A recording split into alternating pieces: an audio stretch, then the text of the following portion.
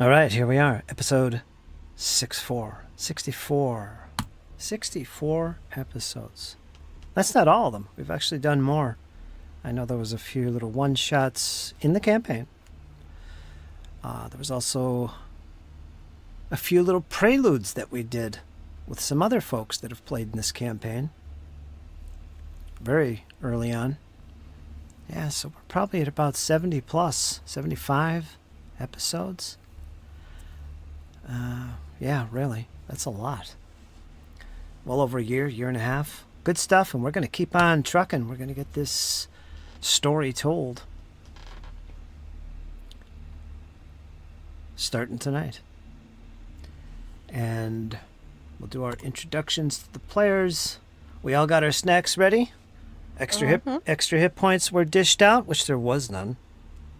But everybody's starting with 1 hero point, so give yourselves that. Double check your sheets, and Kyle's going to do the recap, and he'll get an extra hero point. And let's do the introductions for the players tonight. And we're going to start off with... Let's start off with Eric. Go for it, Eric. Hello, everyone who's listening. My name is Eric from Montreal. I am playing the monk Cassandra. Good side-by-side partner with a dwarf formerly known as Arthurian, looking up to the holy cleric Althea, fond of the pyromaniac goblin Chapt, and new friend to the rogue Elise. Looking forward to discovering more about this crazy arena tonight. It's going to be interesting, this one. What do you think? Rachel number 1, what do you think? I'm Rachel. I'm playing Althea. She is a gnome cleric, and we're gonna get things done today.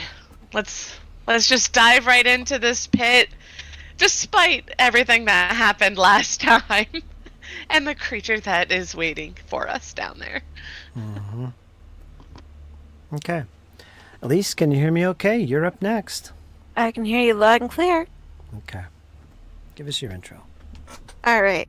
Name's Dizzy. I play the ever-loving rogue named Elise. She is still rather new to the group.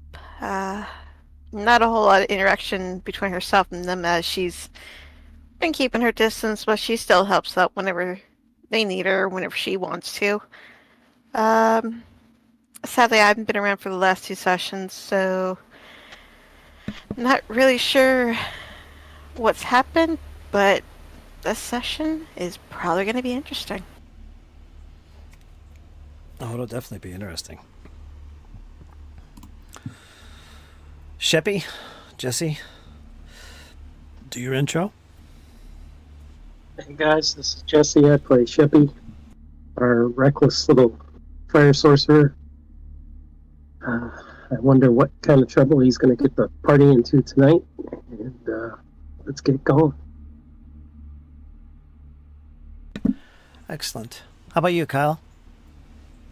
Do your intro. How's it going, guys? I play Burgunder, formerly known as Arthurian. I will probably still call him Arthurian until I quit playing Pathfinder. Dwarven fighter, specialization hammers. Things got off to a bit of a fast and loose start last week whenever Shippy rang that bell, and then all hell broke loose. Quite literally, all hell broke loose. So it's going to be interesting how we deal with the aftermath of that. Looking forward to it. I'm buckled up and I'm ready. Okay. And with that, we could jump right into a recap, a little brief recap. And yeah, you'll get an extra hero point, so go for it. Kyle, remind us what happened since the last episode. Things went to hell in a handbasket. So we finished exploring up top. We walked back into the arena area, content to go find the room Arthurian described that had a bunch of ghouls and a dark elf, suggesting we question them, see what kind of information we can discover. On the way, however, Sheppy had other plans. He took my hammer and started banging on that big 20-foot high gong.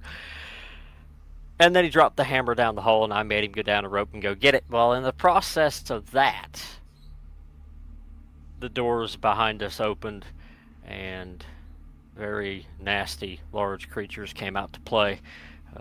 Me, Cassandra,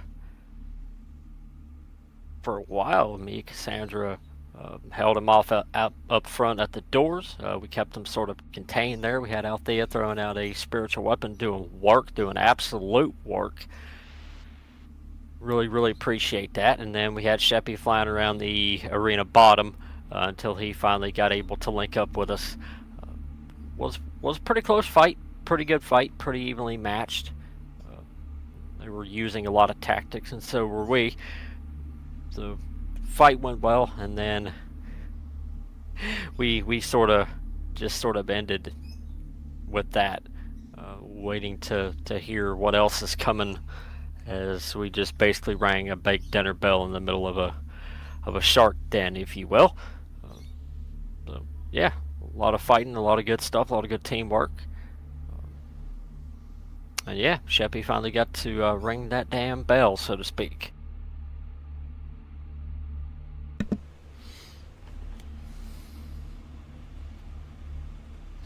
And as the companions have gathered themselves around this gong,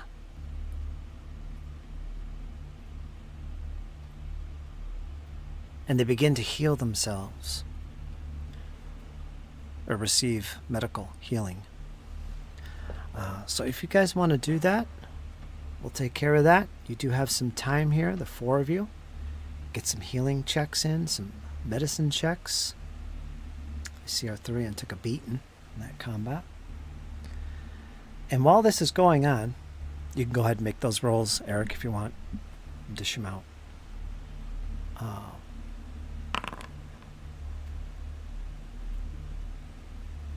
Oof.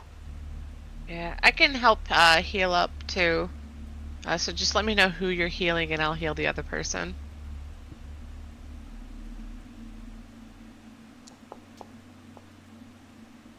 Okay, so that first roll was for me. The second roll was for Vagrunder.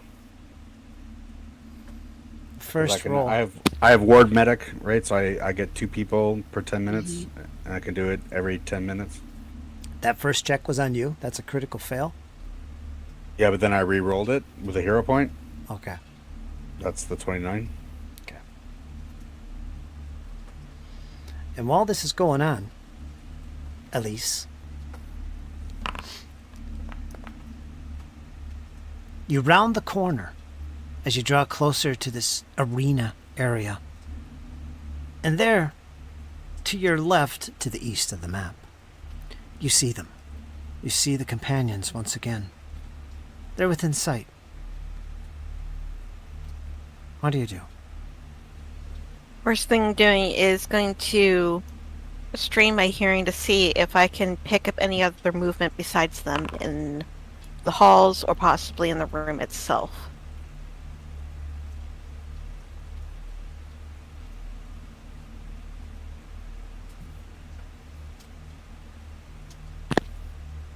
Who's that for, Althea? Oh, I didn't want to interrupt them, so I typed it in, but it's Sheppy. So while you were healing yourself and Arthurian, I tended to Sheppy's wounds.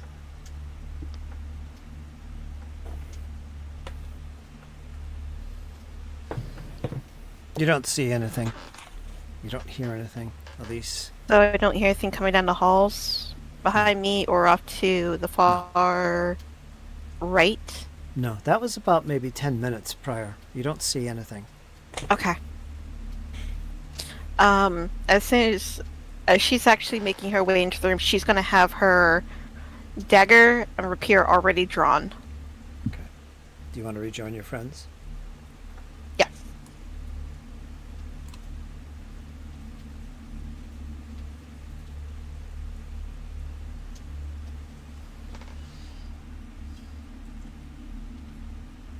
Fritz, I'm going to do the next 10-minute heal unless you want to roll for something in the meantime. Okay, go for it.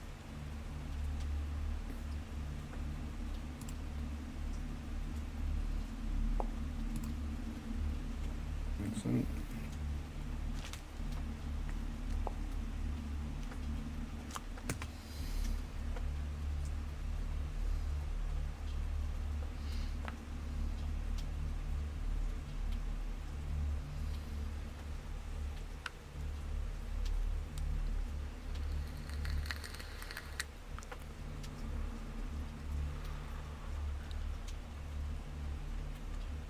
Grunder. Jeez. Frick is still badly hurt.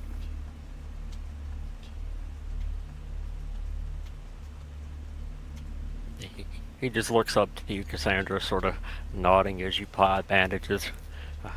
Thanks, Lassie. Feel better already. Sort of looking over his shoulder to Elise. Where have you been off? Running to, Lassie. We could have used you for this.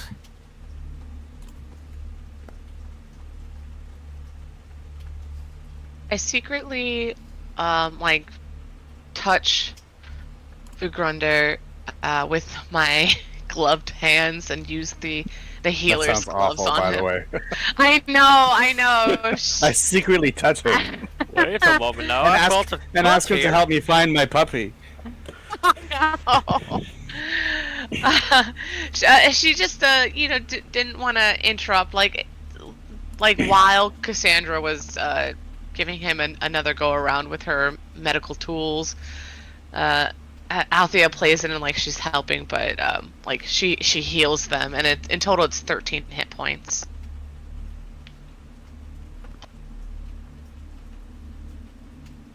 Oh, I'm good to give it another go. Thank you, lassies. Yeah, you sure? Do you want to do another 10 minutes? Do you think we got the time? We just I don't know. find a big I don't know gunner if we're under the gun right now. It's up to you guys. As Elise is making her way over to the group, she's not doing her usual walk or sneaky. She's literally running as fast as she can to get to the group. She does not look happy at all. Alright, what's wrong? Who rang this thing? She points the gong behind them. Arthurian points to Sheppy. Well, what do you expect? Big round gong in front of me, big hammer there. Do you realize what you have just done? Easy there, lassie. Elise shoots a look at Grunder. We need to move now. We may have more creatures coming this way. I don't know how long. I don't know how soon. We need to move, or it's going to become a bloodbath in here. Aye, I got my hammer. They should be afraid. Now, Elise, as you draw closer to your friends, you see the carnage of battle.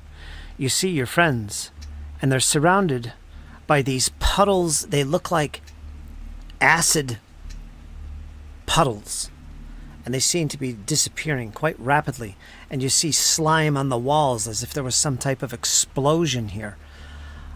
You do see an occasional body part, like an arm or an eyeball. Victims of the companions, perhaps.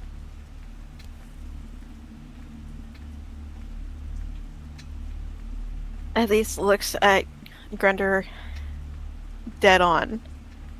We need to move. There is a creature that we had ran into previously, covered in chains. She is blue, not looking happy. She is possibly making her way, and possibly more creatures are following her, and these things do not look friendly. Good, I wanted a rematch with that ugly old bat. Looks like I'll have a proper hammering this time. I think I agree with Vergunder. She was very deadly in her chamber. If she's left the sanctity of her chamber, we may have a better chance of defeating her. Plus we can take advantage of the arena. We can flank them, get around them. But, however, let's not be too rash about sticking to our fences. Althea, how's your diplomacy these days?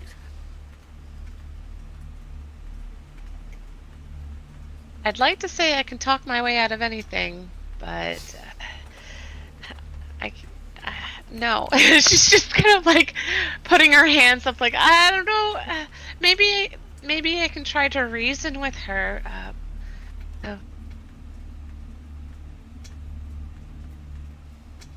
Because Lofton and I had to carry Lofton out of there. I wasn't able to gain much.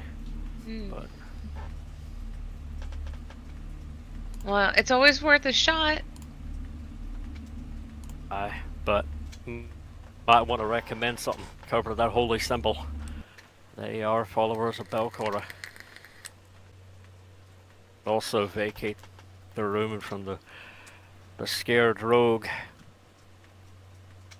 Elise shoots a glare at Gurinder, and she looks like she's going to murder him, but she doesn't say anything.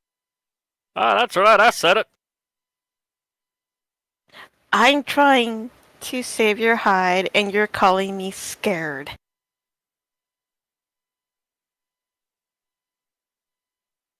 I don't much like running, but we have other objectives in the area. Do you think you could guide us? Or at least keep a watch out behind us if anything's back there?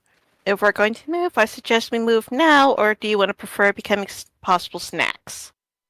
They ain't making no snack out of me, lassie. My job to protect these people, and even if I have to lay down my life to do it, I'll do it. So, shall we head to the ghouls then? Pick up some information, maybe crack a few heads on the way. At least vacate the premises here, and we can at least watch the area. What do you think, Cassandra? She nods and she says, "I see wisdom in your plan." You're all gonna head to your original destination to get to that haunted room, which led to a staircase beyond a door, where there was ghouls. Sheppy, I don't think you were here, or Jesse, I don't think you were in the session, but when Elise comes down and describes this blue creature with chains not far away, she spotted it up that big wide corridor. You also saw something of that descript. Briefly. That's what you saw. What she explains anyway. It sounds like the same thing. You make your way up towards the hallway leading to the north. Right where Elise said she spotted that creature. You see no evidence of a creature. You see nothing but the darkness or the white and black of dark vision. There is nothing here. Making your way up towards the entrance, this big wide set of steps far to the north. Now, at the top of the steps, you can reach the balcony without really much trouble climbing. Further down, you were climbing with a rope, I remember. But if you go up to the top of the steps, you can slip up there and pull yourself over without any trouble with a climb. All right, so we'll assume you did that, if you're okay with that. And as a group, you make your way along the balcony. You travel south and you come to a corridor. Not the first one, but there's a second one in the west. That one leads to a walkway. Or no, rather it leads to a set of steps, that lead down. And at the foot of those steps, maybe 25 feet from them, are those double doors. Beyond those double doors is that room. And as you draw close to that room, you begin to hear the familiar sounds of voices arguing back and forth. You hear one voice from the one side of the room just angrily talking to the other voice in the other side of the room. They're just going at it back and forth. You remember you heard these voices arguing before when you came in this chamber. You can just make out the words of these voices in Undercommon. They seem to be arguing with one another, and they're saying, "It's your fault. We can't get out of here. We'll never get out of here. There's no escape." And back and forth, they're chattering away at one another, accusing one another. You come to the door, and I believe it was held with a dagger. Somebody was holding the door with a dagger before you made good your escape. Easily you can push it open and get inside. You push the door open. It is complete blackness, but yet you hear these voices coming from within the chamber itself. And suddenly, the voices stop. And for a few seconds, there's a silence. The intruders are back! Kill them! And immediately you see appear these little mini tornadoes begin to whip around, one on each side, probably where the voices were coming from. And you see all this furniture and stuff become disrupted and begin to rise off the floor, and plates, smashed plates and such. I should describe a little bit about the room itself. I've done this before, but as a reminder, this chamber, it has the look of some kind of banquet hall. Although it's a chamber, not a hall. But it looks like the furniture was that type where people would come in and dine. There's lots of plates and forks lying around. There looks to be to the left, the east, you see it looks like some kind of stove or something where people would heat up food. It looks like there was a fire in there underneath, and up the top is where they would put food to warm up. Yeah, kind of like a little banquet hall of sorts. And at that stage, with everybody entering the chamber and these voices speaking and suddenly sounding very angry and these little tornadoes zipping around, we're going to roll initiative.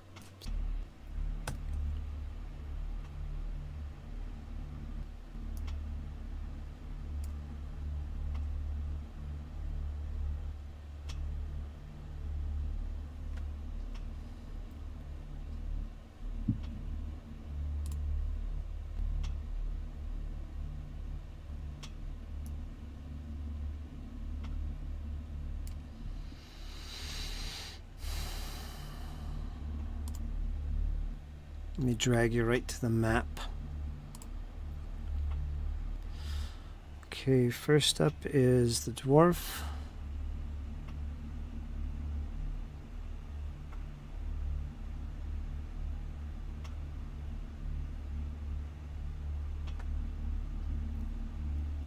There you are.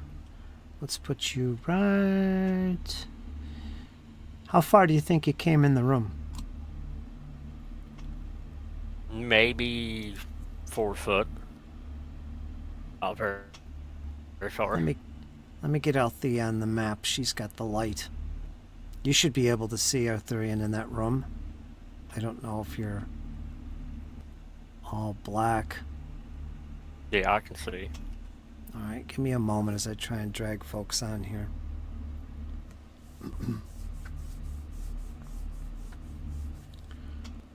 Arg. Okay, Althea, I'll bring you over here.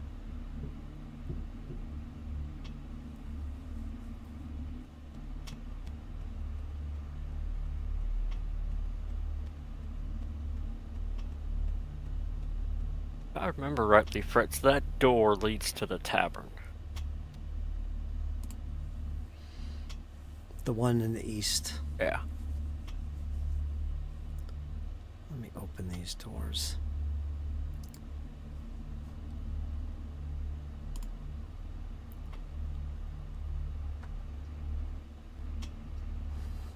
Boy, this is really...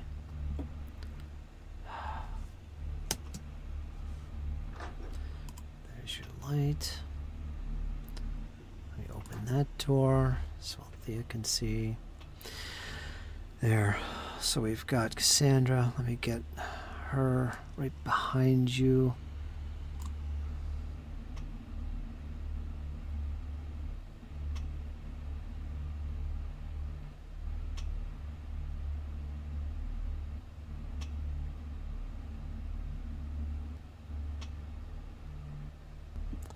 Wow.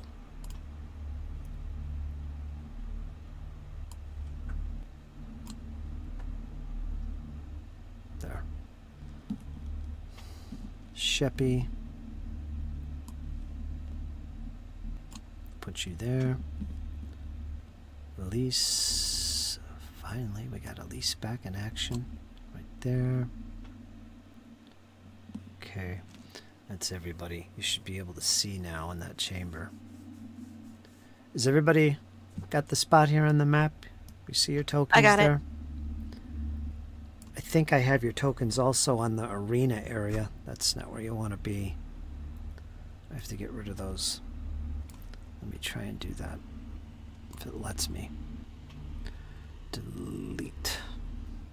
There. Okay. And for good measure, let me bring the torch in. So you can see that. Minus the light spell. There. All right. Okay. Seems to be a little better now. All right, so put yourself in combat, and we'll get that out of the way. Let me get these monsters exposed and in the combat tracker.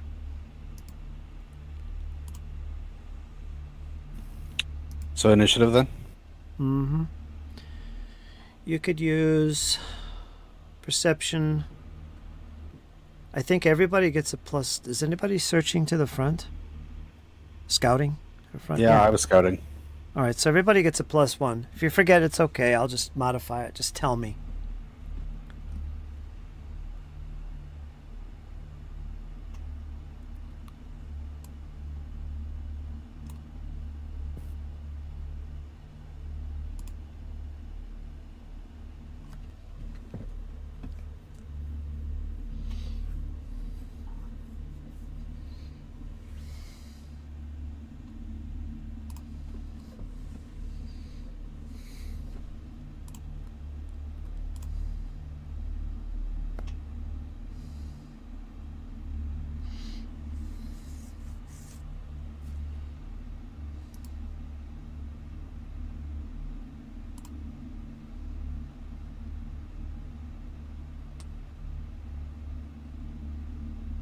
How did you do, Sheppy? Give me a second. Trying to figure out how to initiative. You can right-click your character's token, and then click the sword and shield, and it puts you in initiative, and then all you have to do is click on the dice like normal. What do you say none of us go in and Sheppy just drops a fireball in there first? Well, I mean, I can sort of stand up here and slam the door shut. Just because I seem to remember us having a hard time seeing them. Yeah, or we could just simply bolt the door. It's right there. Oh, you don't want to go in there and take care of them? Well, the tavern's around the corner through that door. And that's where me and Lofter sort of got our butts handed to us. So I guess as we're walking closer, do we talk about the game plan? Yeah, you could do that. Yeah. You've been here before, so there's plenty of time on the way there to like discuss a little tactics before you go in here. So feel free. Yeah, so what do you suppose we do when we step inside? I'm sure they'll be greeting us just as friendly as they did the last time. And this Well, time if we you just... guys want, I could drop a nuke in there before you go in. Alright, but are they resistant to fire? Even if they're Well, resistant we'll to find out, fire. won't we? Yeah.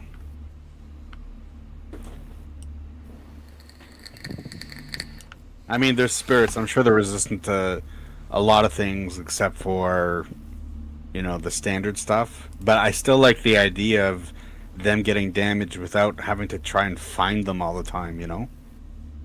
At least we can start off. At least we can Plus, I see mean, the- when does Chevy cast Fireball? I can't even remember. Well, Shep, are you up to it? Yep, I got 2 of them waiting to go. All right, here's the plan. I'll hold the door open. Somebody else shut that one and stand there and hold it shut. Sheppy, you cast the fireball, I'll slam the door shut. And then we'll go from there.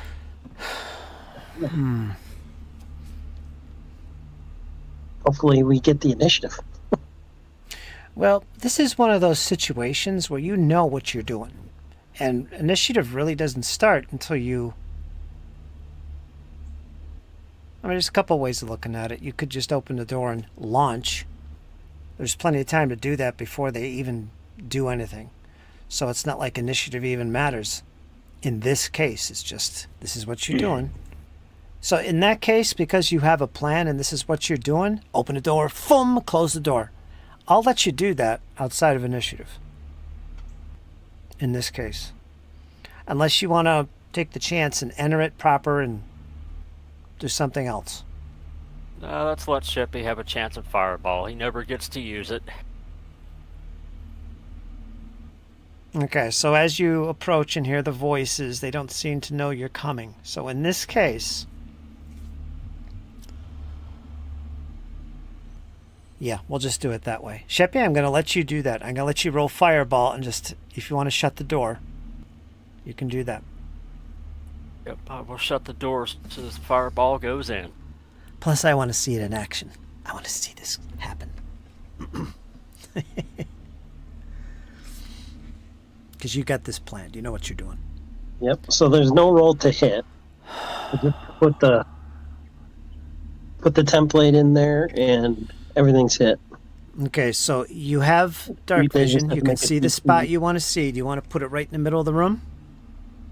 Well, I want to place it so it doesn't hit us, but enough to... Yeah, that's true. Yeah, but I'm going out the door, so... 20-foot Area radius, 20. right? 20 feet, so let's grab a thing there and see if it... I think We you're can all safe. just stay clear. 20. Duck. Because I just placed the burst, and whoever's right at the door is probably going to get caught. Yeah, somebody will get caught. Rachel, even if you place it right here at the back wall, 20 feet goes up that way? Yep, they just miss it if you do that. Ah, shit. Okay. Yeah, you could definitely get one. No, but no, I let's think try the to get idea is two. to get both. Yeah. So, you do get a reflex save. So maybe. Well, if we knew we were doing this, would we all be gathered around the door like that? No, I don't think it would think be we just would. Okay. me to kick the door open. All Yeah, right, let's not get too picky with where you place this. I'm assuming you just open a door and shoot it in the middle or the back wall, far away as you Wouldn't it can. make sense that he opens the door, jumps out of the way, I blast it, and then we go from there? Exactly. Sounds like That's the what we're game doing.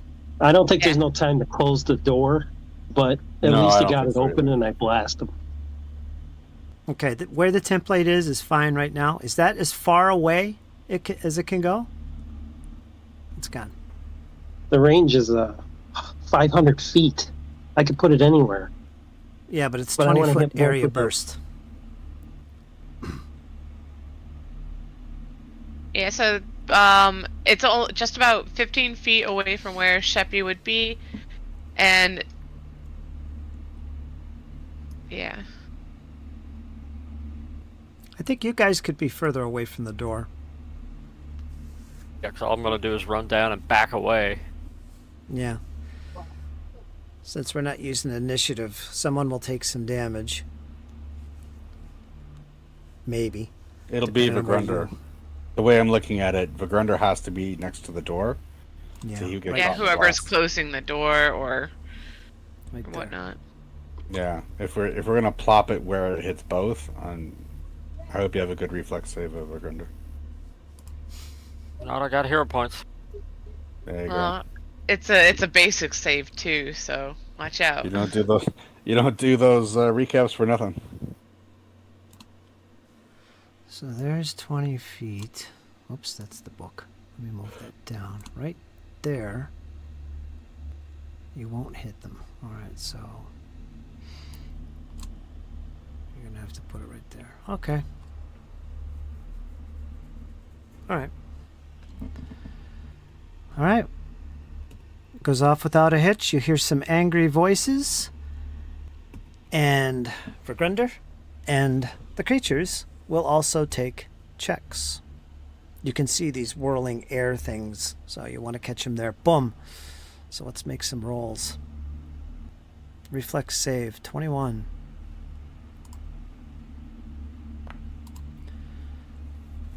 $24. Okay, so you're gonna take half of what I roll, or what he rolls. And let's check out this creature. That's blind.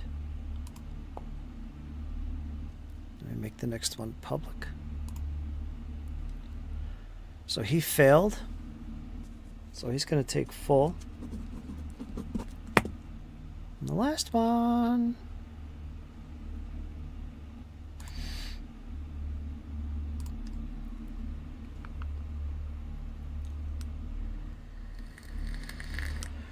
And you can roll your damage.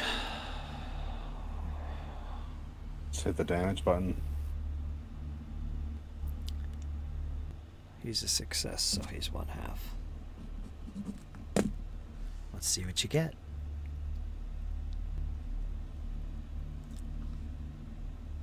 What is it, 66?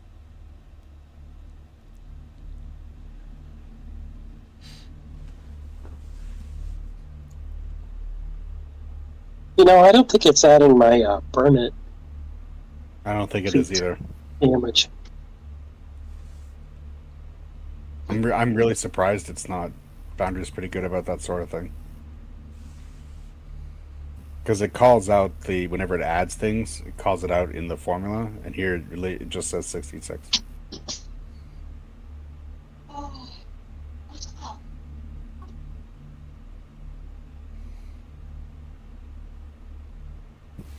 So any persistent fire damage you deal. No. That's an additional thing. His spells gain a bonus to damage equal to half the spell's level. That was a 3rd level spell. So was that +1? He also gains the bonus to persistent fire damage. I can't remember. Do you round up or down in Pathfinder? Up. That's 2. All right, 22. It's not the worst. 22 damage.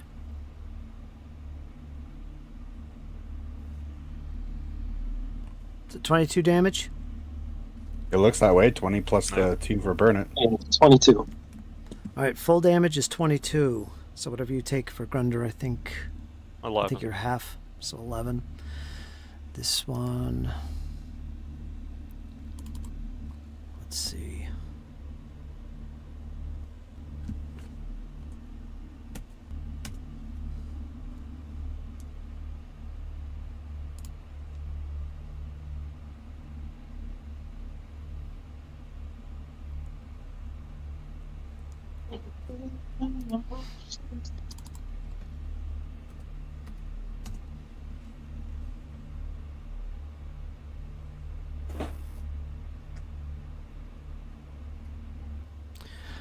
Yeah, so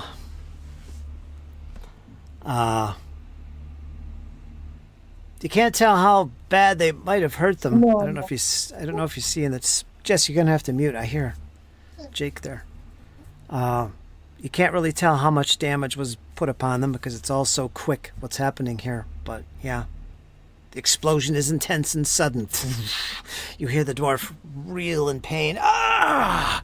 As he tries to shield himself from the flames. But go off it does. Now, if you want to shut the door, you can do so now.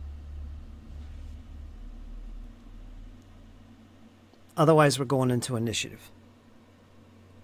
We gotta go through them to get to the tavern, or we can just bolt for the door. All right, now we're going into initiative. All right? So the doors remain open. The dwarf stands firm at the door. Sheppy, -1 of your spell slots. Take care of that. And Althea, I think you're first. You feel the heat from the explosion. Sheppy's cackling wildly, seeming to take a joy from it all. You're not sure what happened or what was affected by that blast. But it's time to act. I'm actually going to delay. You are. You don't want to go in Okay. there and light him up with some positive energy? Fine. I won't delay. I usually like to see what you guys have in store first, which is why I wanted to discuss tactics, not just how we're starting the fight, but like during. But if you guys are just going to run in there, then I might as well help you out. So maybe I won't. Instead, I'll cast a bit of guidance and forbidding ward.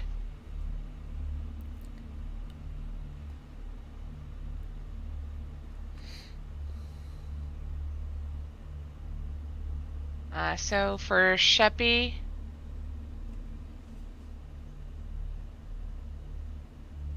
I'll cast forbidding ward.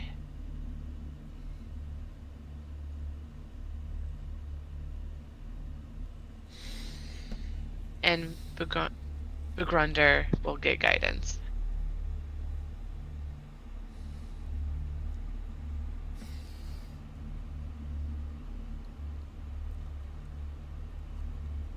Alright, so I'll keep my place in initiative, and Althea just from the back casts these spells and wishes them good luck.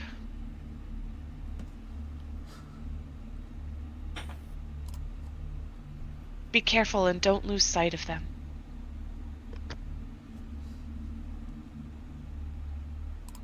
You're up, Elise. Alright. Elise is gonna move up once.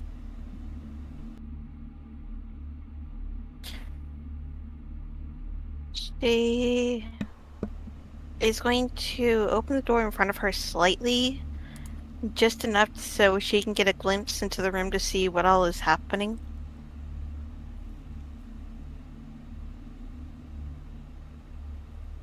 You have low light vision?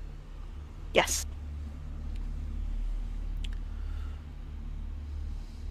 You can't see what the dwarf sees, which is these whirling vortices of air and debris just out of the light source to the east and west of the chamber.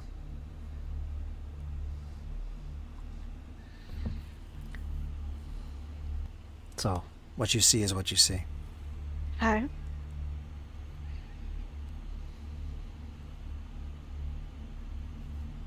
You already used the 2 actions, movement and opening. There's plenty of shadows, but you'd have to slip into the room. Even from the fireball that was thrown in there? That's dissipated now. Or it's Okay. just dissipating.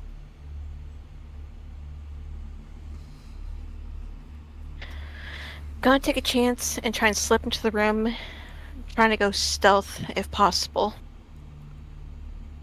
Alright, there is darkness to the west, right around the corner. You could slip into the darkness. So we'll count that move as 1. Your second action is to hide. Alright, you've got shadows, so go ahead and make a stealth roll. Blind Okay. or public? That's blind. Okay. And then you got one more action. And just like that, she disappears. Except for you, Begrunder. She's around that corner, you know she is. Shadows don't exist for you. Well, kinda. Alright. Alright, and let's see here. Last action, she's going to dip her blades into giant centipede venom.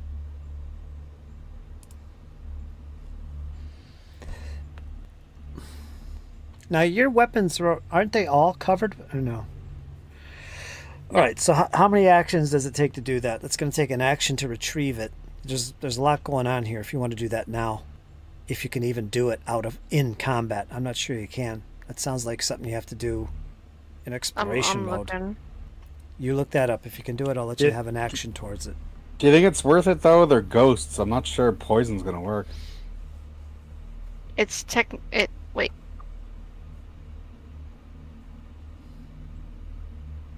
Hold that action. Yeah, you got one more action. She slips inside and she's in the shadows. What would Elise do right now? She has just a few seconds left. What do? Think fast. It's no time to mess around with your backpack and poisons. It's time for action. Do you have a weapon out? She has her weapons. You got your rapier drawn. I think you had it drawn, so you're ready to go. You don't see any targets close by, but you hear the movement of air maybe 10 plus feet away from you. You hear the crash of furniture and plates coming from it. It's not far away. You want to use a seek action? It would be considered undetected. Use a seek action. All right, go for that. Perception roll in the direction All of the right. sound.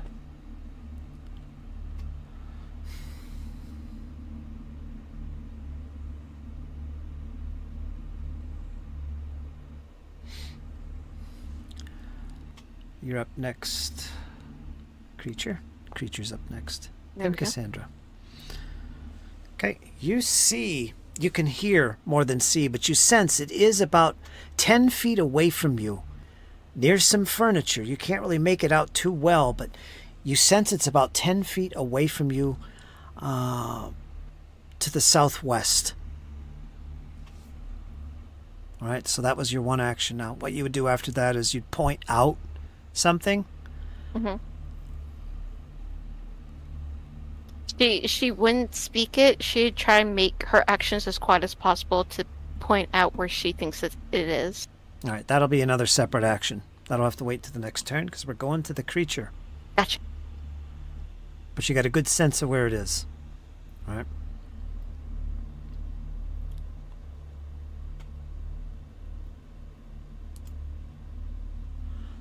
I just gave it away.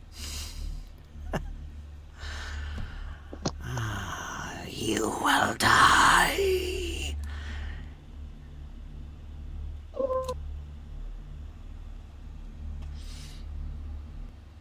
I think that's cut out. Can you guys hear me okay? Are we having We hear really you. big issues? No, we hear you.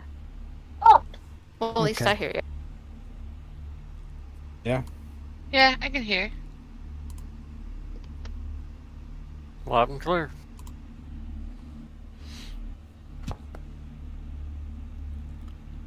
What's your armor class, Rogue? Armor class is 21.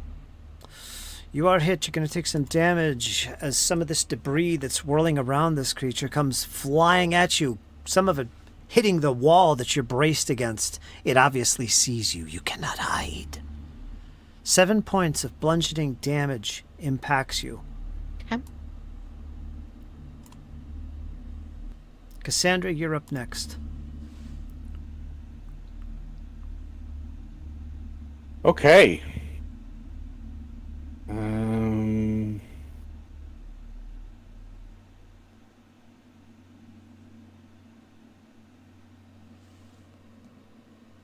I get up to there. And I will go into Tiger Stance.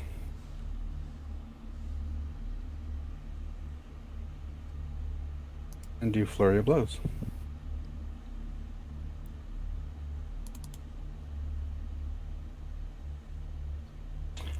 Oh. Is that a crit? Let's hope that's a crit. 33. It looks like it. Give me a second. Yeah, that is a crit. I'm sure the second one's a miss. Alright. That's a miss. 22 magical bludgeoning damage and a fortitude save. Magical bludgeoning damage. Wow. All right.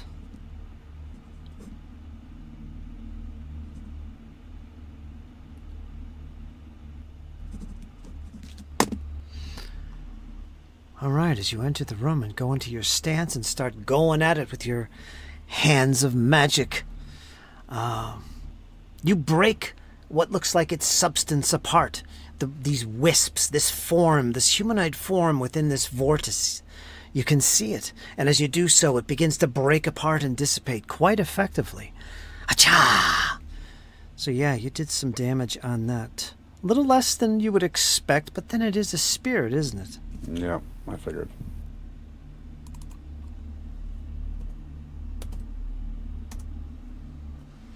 Can you see the damage? Can you see the damage in the chat when I put it on the creatures? Yeah, I think there's no way around that. Okay. So you see what it actually did. I'm sure it doesn't bleed, but in case it does, bleed damage. But also the fortitude saving throw against being stunned. Okay.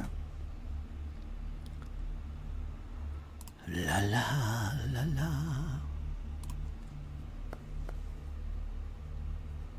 Failure. So it's stunned 1.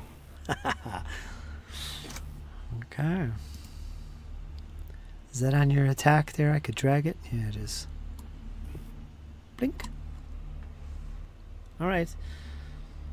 Perfect. And a turn. Okay.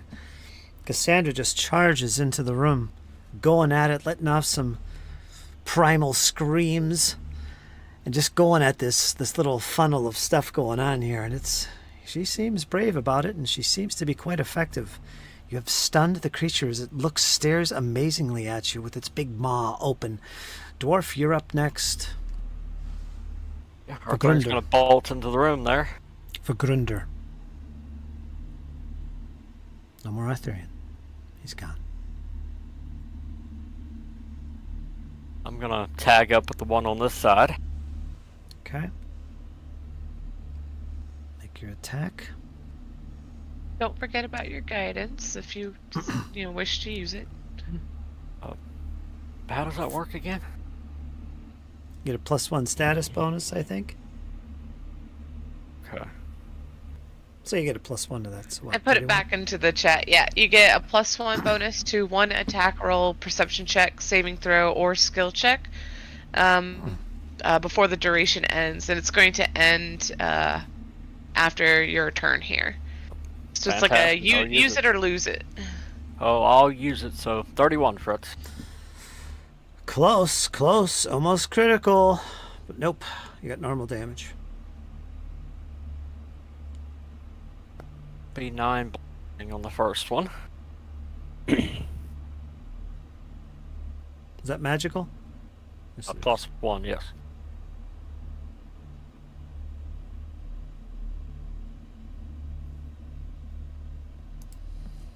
Okay.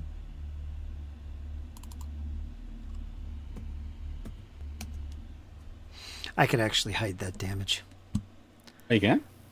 I can, but I won't. I don't have it set up that way. That's all right. Then I'm going to raise shield, and that'll be it for me. So move, attack, raise shield. Mm-hmm. Okay, you're done. We're going up to Sheppy. Your time has come, Goblin. What do you do? Okay. Sheppy can see this guy. He's going to unleash with a searing light.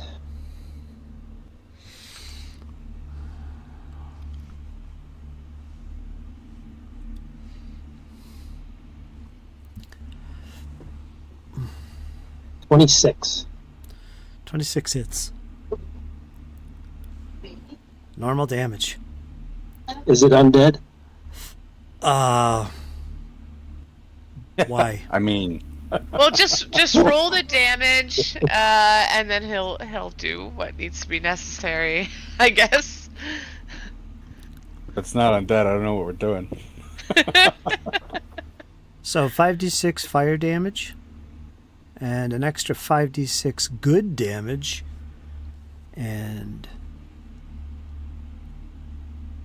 Okay, so that 5d6 fire has +2 on it, so that's 20. okay, wait a minute. 20. Okay.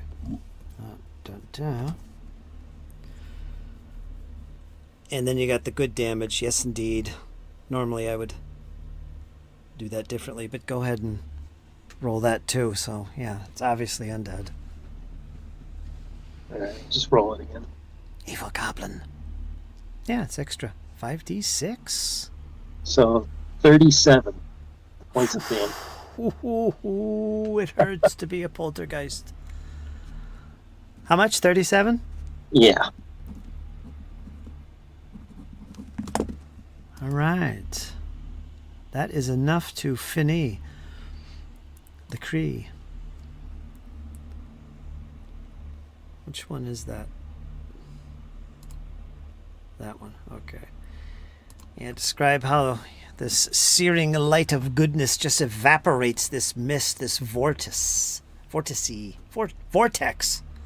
Well, coming from Sheppy, this bolt of holy energy looks a little different than everyone else's searing light because it's on fire more. And as it hits the non-corporeal creature, instead of it just passing through, it almost catches it on fire. And it just burns and burns and burns until it is just nothing left but a puff of smoke. Yeah, I'm going to make this blind. It just revealed its rejuvenation.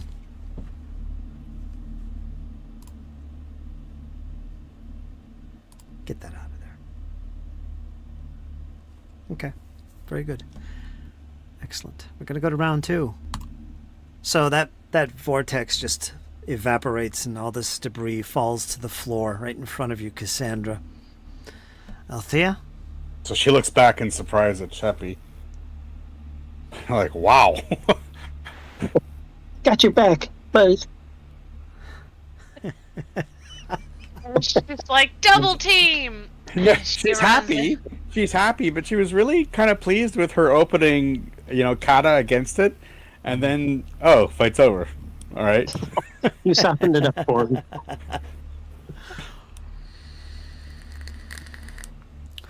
Yeah, I'm gonna run in there and I'll cast Searing Light. Give me some of this, she says. Yeah. Good idea, Sheppy. Now let's see if I can actually get it to work. If 20 doesn't hit, then I'm going to hero point it.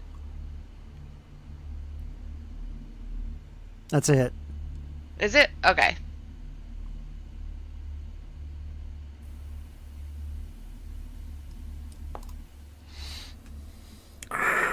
Bucket of dice. Same spell? 5d6? It's the same exact spell. 5d6. First hit was 17 fire. Second is 16 good. Am I wrong, but just because I'm going to be DMing this game probably within the year or so, if I was doing this, couldn't I just do 33 and then go to whatever resistance or weakness the creature has and then add and subtract and that's it?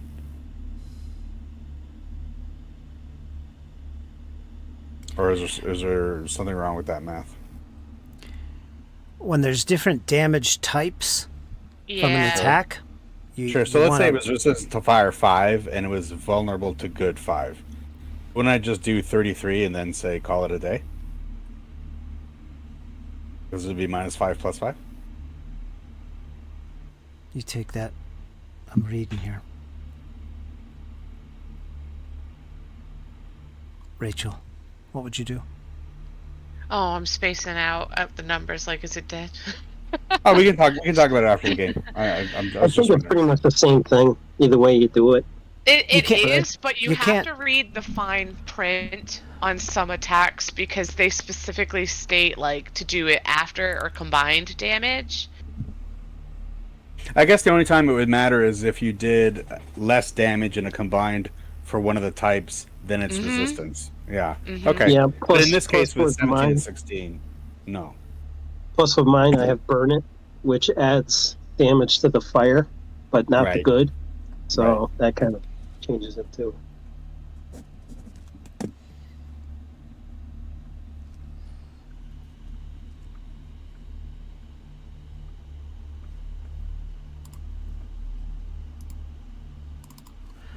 So I'd have to really dig into it to get the wording right to see how it technically should work. But the way I could tell you how I'm doing it right now, basically what I'm doing is because your attack has these different roles involved with this one attack, I'm not combining them. I'm keeping them separate, and I'm applying the resistance, if anything, or whatever, to each one separately. In this case, with these two effects, the 5d6 for the fire and the 5d6 for the good.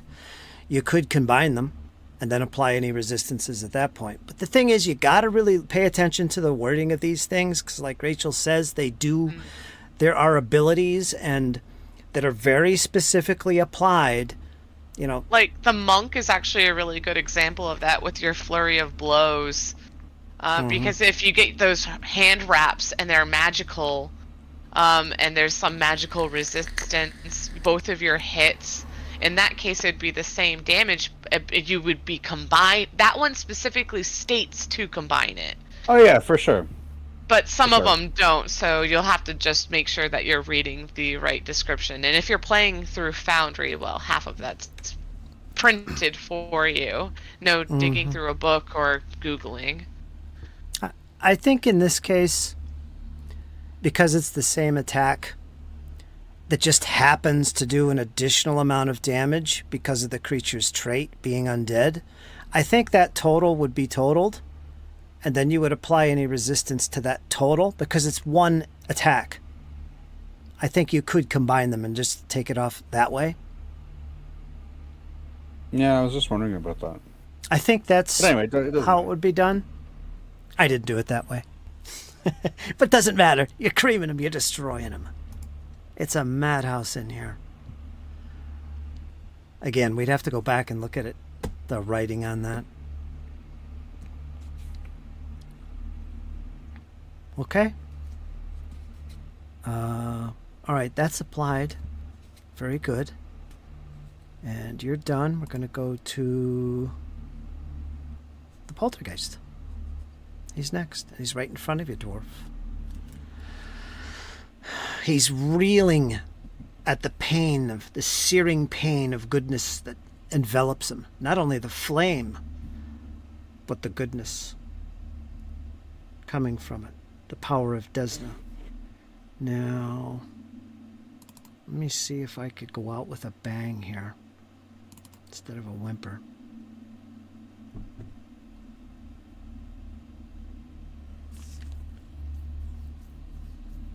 Since it's right in front of you, shards of glass, of broken plates, come whipping about your head and towards you. But you easily dodge them with your shield, or block them with your shield. It's going to do it again. Come on, shards. Nope, it's not meant to be.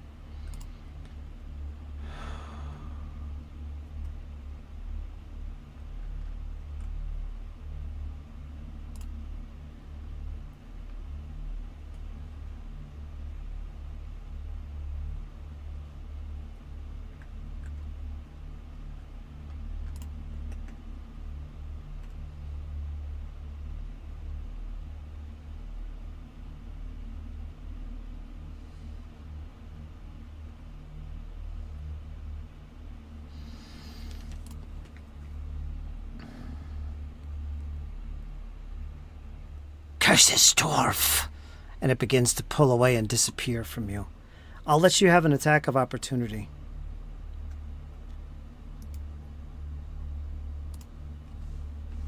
$22. 22's going to miss. Yes, I know its armor class is 22, but not in this case. Missed. I gave you a penalty. All right.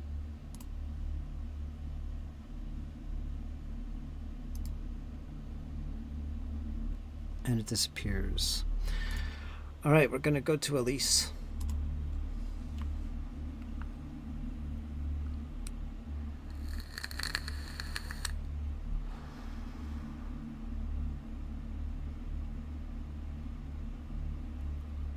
Gonna pass on turn.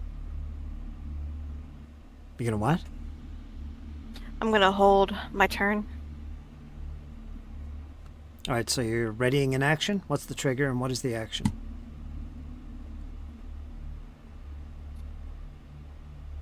Trigger's gonna be if she sees something gonna come through that door that she just came through, and that's gonna trigger her to lash out a sneak attack on it. Okay, Cassandra, you're up. You don't see the creature. Okay, That so then was- I will do a seek. Okay. Whereabouts? Well, it was near Vigrunder, so in that area. Right in front of the dwarf. Go ahead. Make a perception roll.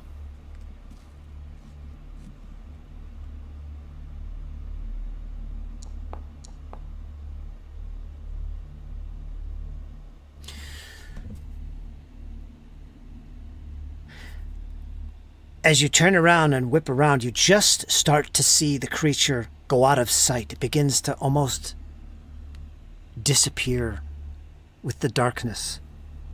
However, you can see around it in front of Arthurian that it's like some of the tables and chairs are kind of pushing out of the way, like as if something was making its way through. Right near the back of the east wall. So that's where? That's where you're thinking that's where it is. That's where it lies. You see little bits of movement in the air from the debris. So it basically would be hidden to you. Okay. Which is a flat check of 5 to be able to hit it. So Okay. second action, move. Yep. Third action is flurry of blows. Do you want me to roll All the right. flat check right now? Yep. Greater than 5 and you're good. Ooh, a 6. Okay, make your attack. I see This you, is a poltergeist. 26, and the second one. Miss. I probably did that wrong because he's invisible. Does he ever become hidden instead of undetected, Rachel? If you're invisible?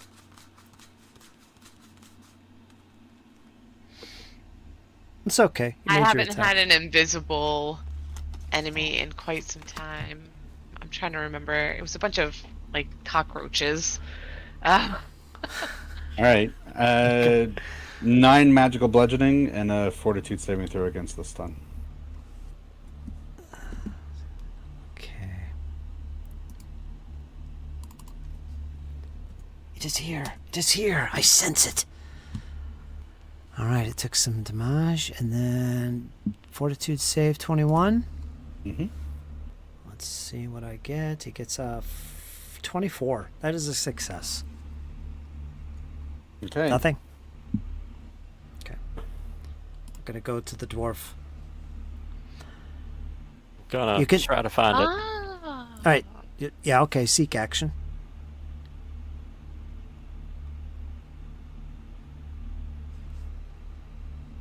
That's a perception roll.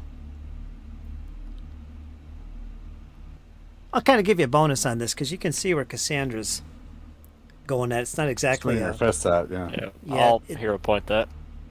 all right. It's not exactly a point out action, which she didn't do. No time to do. But it's kind of the same because she's attacking it. 15.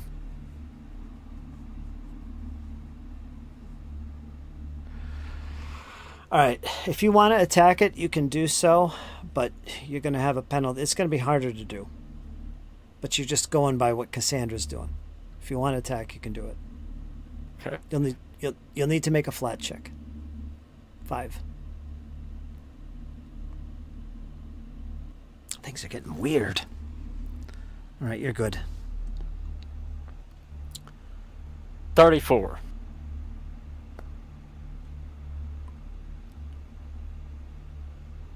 Okay, roll your...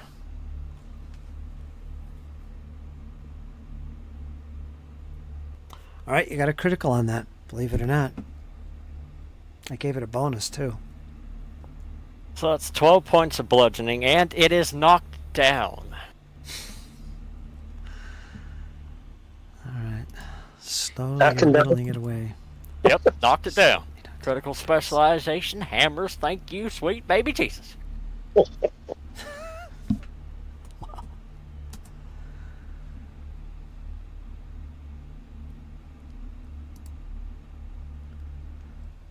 Okay. And I'm just going to keep my shield up.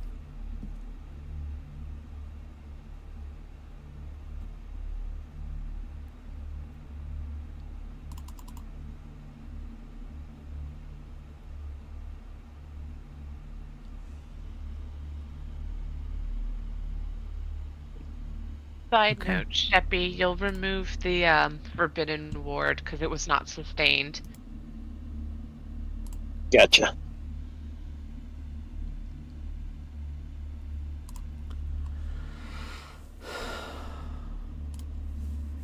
You sense some type of impact with your hammer blows. Something. Surely you've stricken it.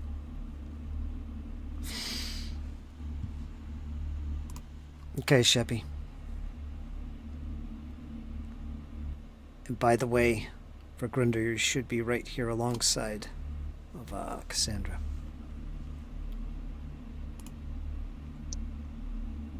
Okay, I'm gonna have to move a little bit because I can't see. That would be a fourth action, but that's okay.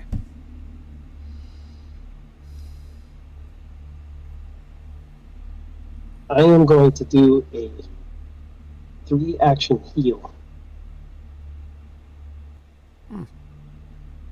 Nice. Yeah.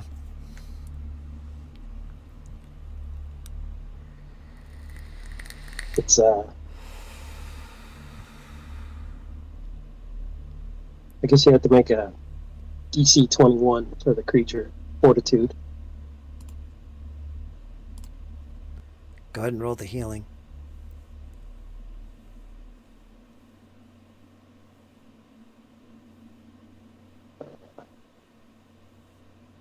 And D8 plus 8. 14 points of damage. By the power of Grayskull. If it misses, then it takes more. So that heals us too, right? Yep. Correct. So you all get 14. The creature makes a save. And I'll tell you right now, he failed. So he's going to take that 14. This is what kind of damage? Positive? Positive. Even better. All right. No resistance against that.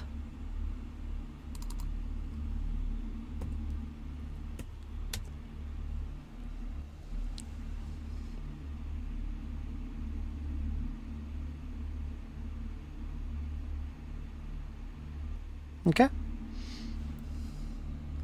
Oh, wait a minute. Did you move and then use a 3-action heal? You know what? I did. All right, I'll let it go. Alright. Sorry. Because I gave our 3 an extra action as well.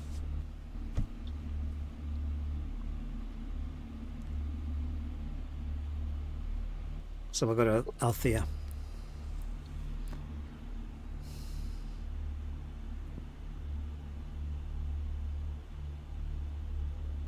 I'll give everybody a hero point if you do this in this next round.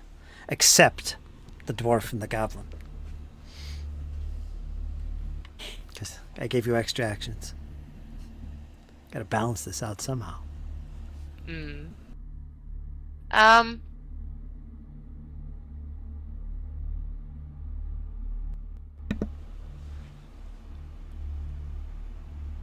Yeah, we'll balance it out. Cause I don't want to make it too easy for us, you know? What? What do you mean?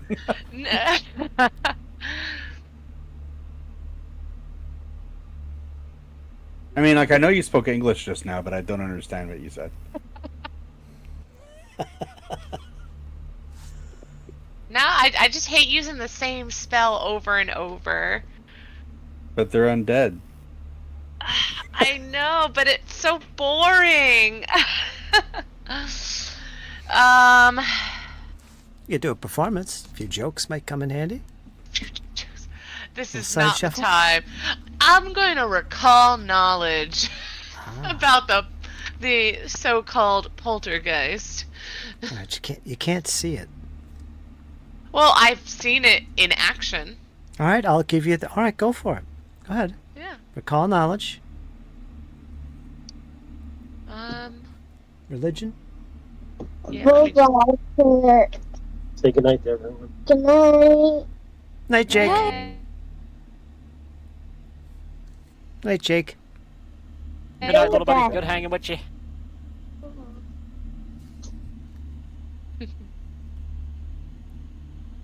He'll be playing with us soon.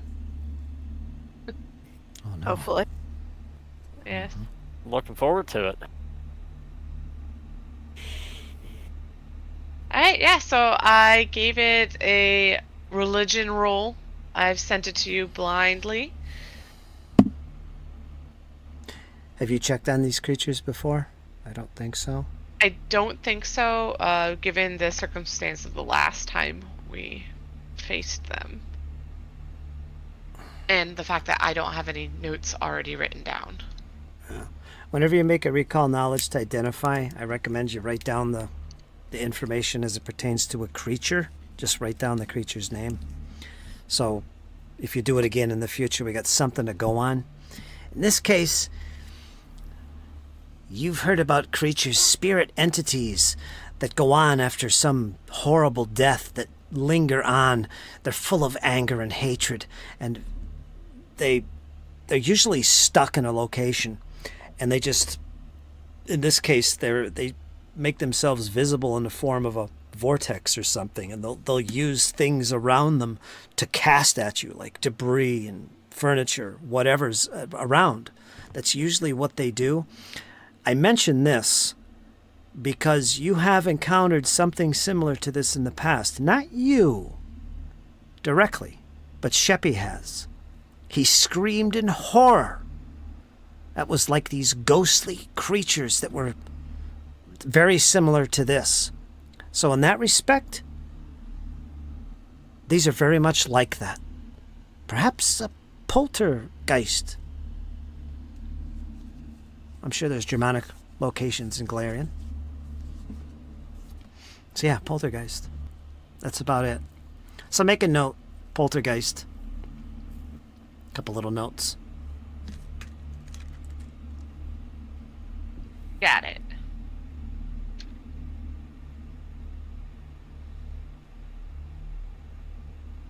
Alright, I guess that'll be it. And we'll use my other two actions to kind of counterbalance Sheppy. Okay, good one. Okay, Elise, you're up. You can't see this creature. You don't know what's going on or what they're fighting. Yeah, well, I'll give a little shout of like, watch out for the poltergeists.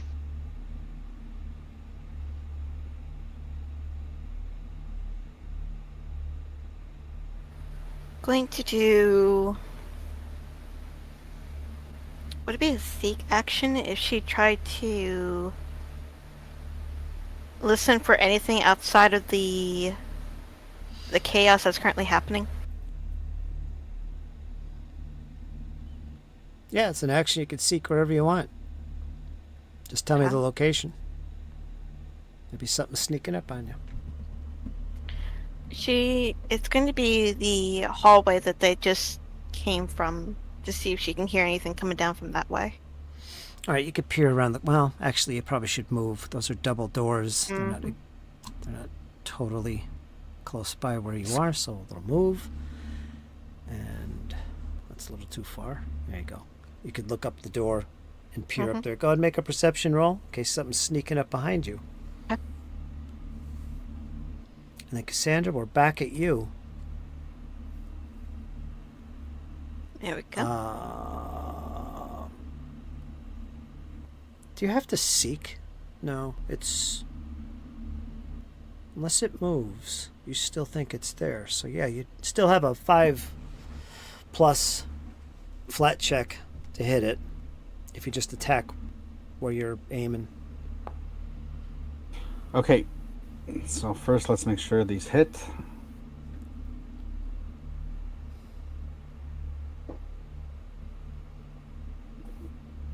So Cassandra concentrates and imbues her Tiger Strike claws with force.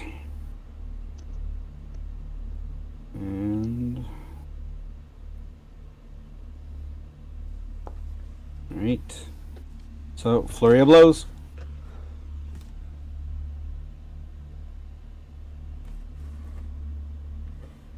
$23.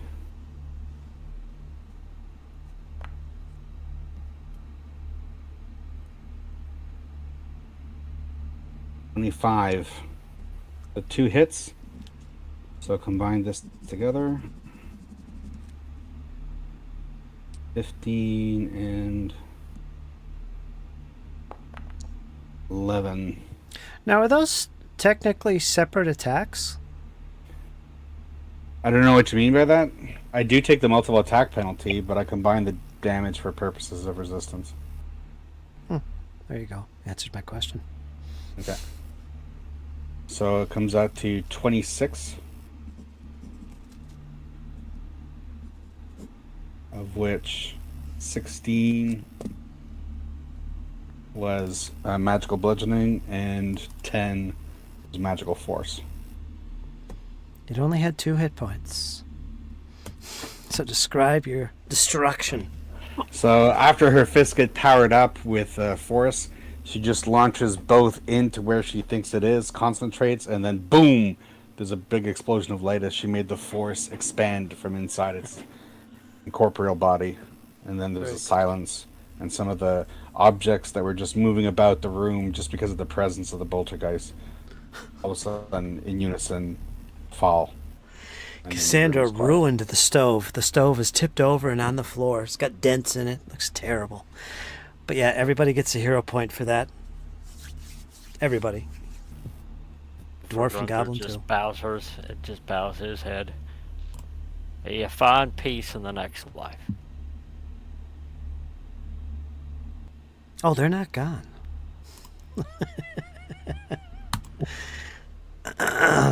Yes. And yeah, the howls and screams of these unreal creatures. Silence takes over. No more vortex. All is at rest in this chamber. Silence returns. Your eyes immediately look past Cassandra, and you see that door. A door you've seen before. Head up to it. Right. And take me a listen.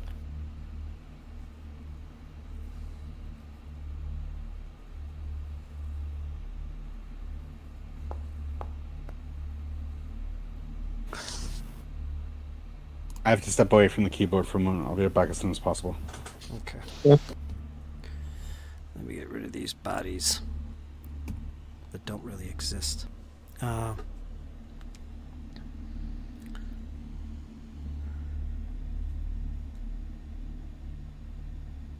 With that roll, you hear silence, broken up by an occasional muttering. Do you speak Undercommon? Yes. You recognize it as Undercommon. It seems you can't make out the words, but the tone doesn't seem threatening. It seems very leisurely and relaxed speech. What words you can pick up, you can't make out, but it seems like something's, plural, are talking.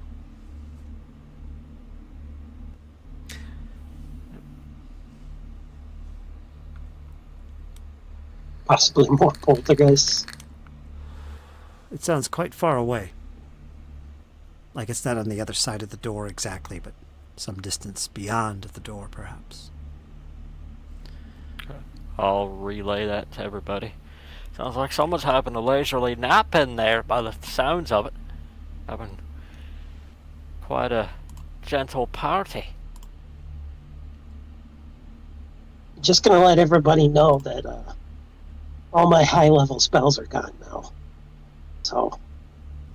Aye, and that healing back there. If you was a lady, I'd kiss you. I'm just being like Althea. I saw her do it once.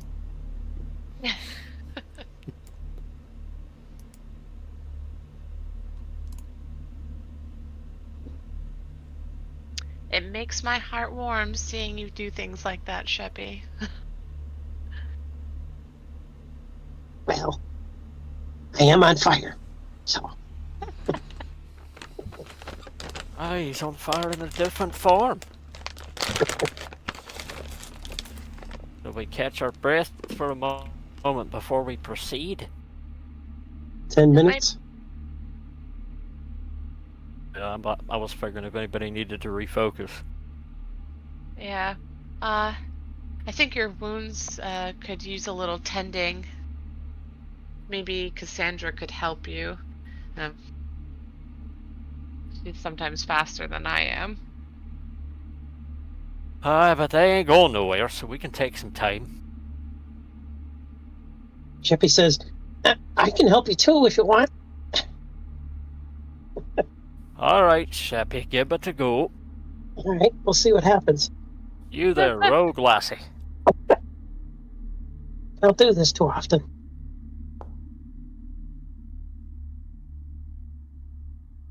But yeah, Ferg's gonna look over to Elise. You there, rogue lassie. Elise is just gonna look over at him. You did a good job there, lassie. Sometimes in a fight, doing all you can's all you got. You survived it. Good job. Let's read. Go ahead, sorry. Go ahead. I was just gonna say Elise is gonna duck out of the room and just try and keep it on the hallway outside. Okay. Let me read this before we go any further. The curved east and west walls contain tables with small built-in ovens, one of which is ruined from the blows of Cassandra. Wood fragments, heavily dented pewter serving dishes, silver flatware, and crystal shrapnel litter the floor. A wide alcove to the south ends at a cloudy window overlooking a much larger space beyond. An array of magical-like glyphs glow next to this window. Now, this is in the south part of the chamber. You didn't really notice this before, but down in this little alcove in the south, you see a nice 10-foot stretch of wall, which is actually a window of sorts built into the wall. And there's glyphs all around it. You see this clearly, Elise, as do the rest of you as you look to the south.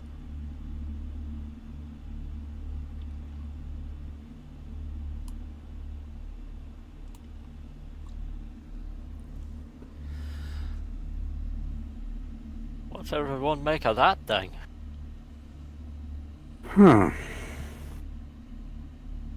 I'm not sure. Did we search the rest of the room? Not at all. Nope, there was some healing done from Sheppy. He didn't roll the healing yet. How much is the healing? I never did this before. 2d8. And then we got a description of the room, which it sounds like you may have just walked in and heard it. Alright. The room is full of debris all over the place. If you'd like to search it, it'll take a little time, but you can do so. Also, the glyphs and the window, no one has approached. You'd have to move up to take a closer look if you want to investigate that. The dwarf has listened at the door to the north, and Elise is watching out the door that you entered in. Okay, I would like to search the room. Any particular location, or are you just going to take your time and go through all this debris? I'm going to take my time going through the debris. Who knows what Okay. they've casually thrown around in here. All right, that'll take some time. How about the rest of you while Cassandra does that? I'll check out the window. All right. Althea? I'll join Sheppy at the window. Okay. And the rest of you are standing guard at the portals? I'll stand guard. Okay. All right, we'll take care of the search of the room last. Let's go up to the glass and see what's going on there.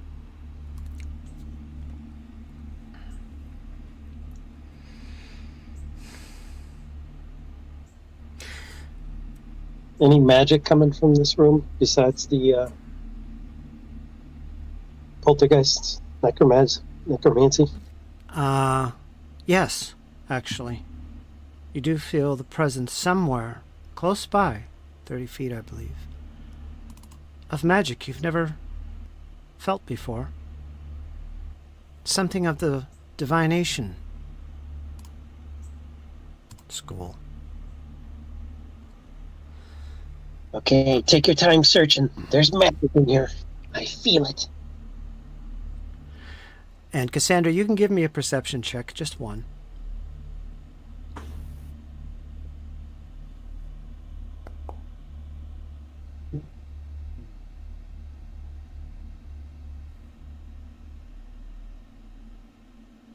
Okay, make them blind, but that's okay. I've got it. You did find something.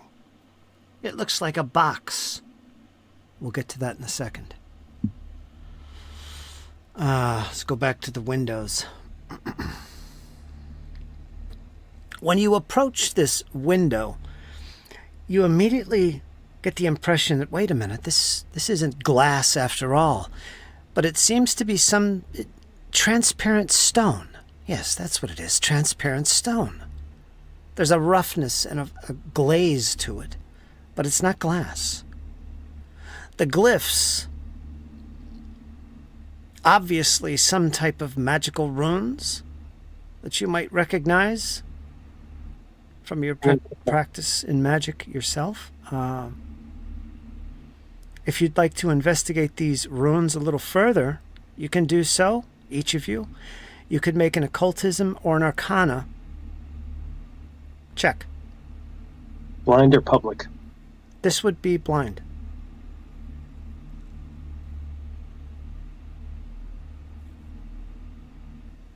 To see if you can understand these glyphs, what they might be saying, if anything. Althea, you have no idea. You've never seen such runes before. Perhaps it's not of your training. Being someone of the religious sort. Same with you, Sheppy. Now, if either one of you want to use a hero point, you can do so. I will. Okay. Yeah, I will too. All right.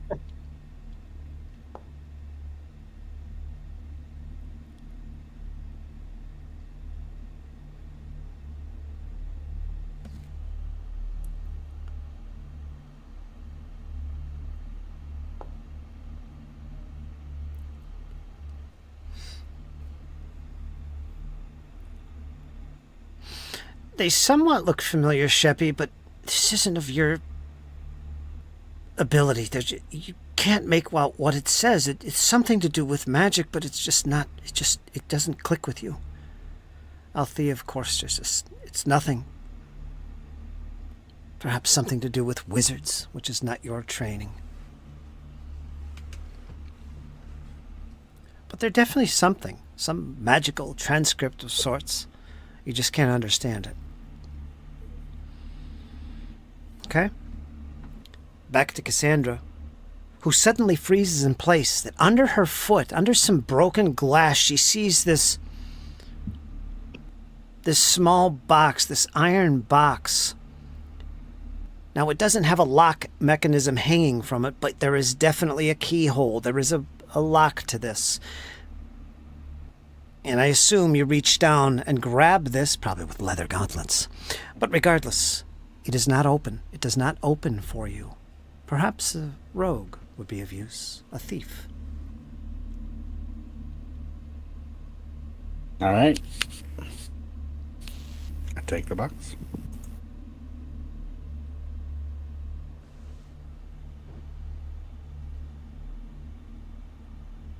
Okay. You hear no sounds, no sights coming from the north. Dwarf and elf. I've knocked off some time. And you know what that means? It's time to roll a die. Maybe you do hear something after all. Maybe. I doubt it. We're going to roll it and see.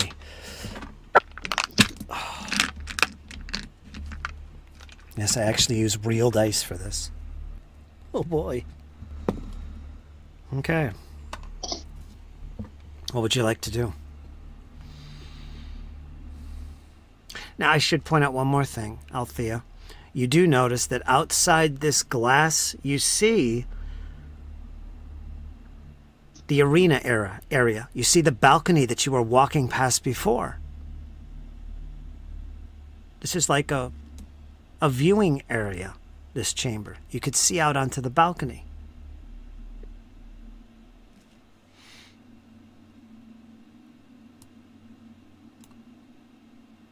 But whatever it is... Perception check to see if, like, they were making... Like, if this looks like something from underworld stuff that they might have been gambling here or something. It looks like a banquet area where food was prepared, perhaps a place where they viewed the arena below. Although you don't have a clear view of the arena, you do have a... Do we know what they were fighting about? The poltergeists? Or we couldn't understand them? They were... Yes, do you speak Undercommon? I do. Then you would have heard them arguing with each other about, there's no escape from here, we can't get away, it's your fault. No, it's not mine, it's yours. We must find a way out. That's pretty much what they were saying. Okay. Before you guys slew them. But they are poltergeists, not so easy to kill, are they? What do you do? Just trying to understand why poltergeists would be trapped in a dining hall. Doesn't make sense.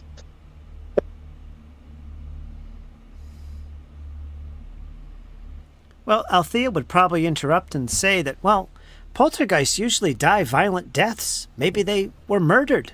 Maybe something bad happened here.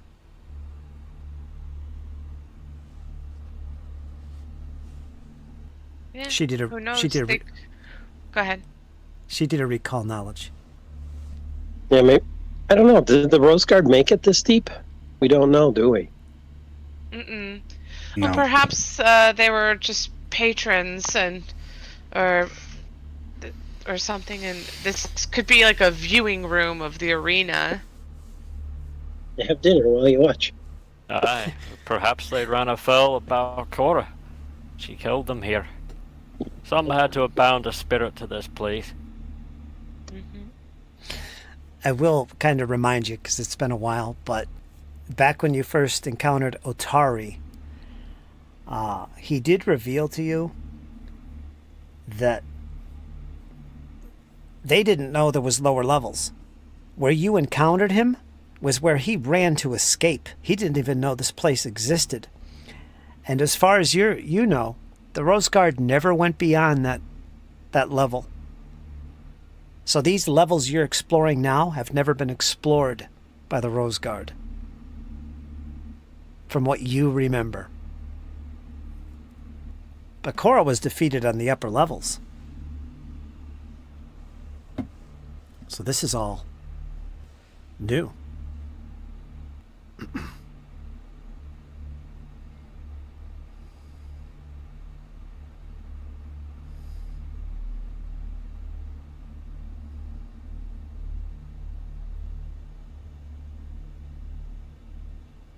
We'll take a short break in a couple minutes here. What do you guys like to do?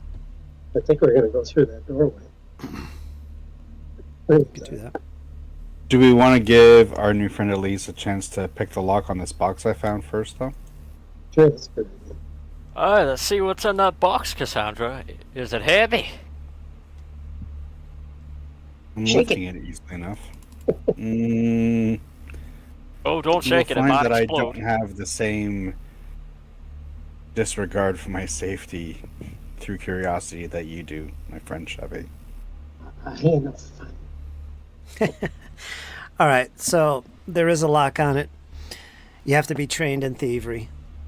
You could try and pick the lock. If you have lockpick tools, you can do that. I have weapons. I can help you. Well, who wants to try? Because we got a rogue here. Well, if you Yeah, fail, I'm I can assuming watch. Elise. I'm sure you can do better than I can. All right, to help her do this, because it's so small, is going to be very limited. I might not even allow it, but I can imagine Sheppy sitting there listening close by and giving advice. Oh, the other way. Be careful with that stick. Don't push it too hard. I don't know if that would help or not. At least would probably her body structure would probably be saying, just keep it together, don't do anything stupid, just keep it together. Give me a thievery check. Make this Yeah, blind. what? Make it blind. I'll tell you what happens. Let me see if I can find it. Do you use your token HUD, Dizzy? There it is. Okay, put it in there.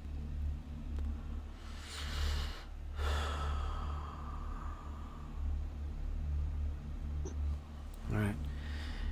You pull out your little thieves' tools. You've got these little picks and pulls that you easily insert inside the lock. Now, it's a little dirty and corroded, but it's not damaged.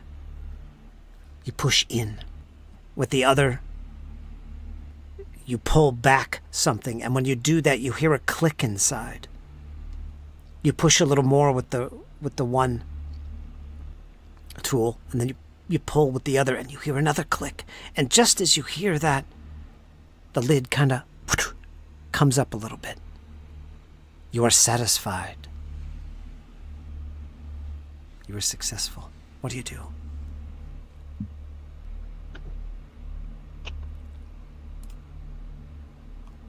You open it.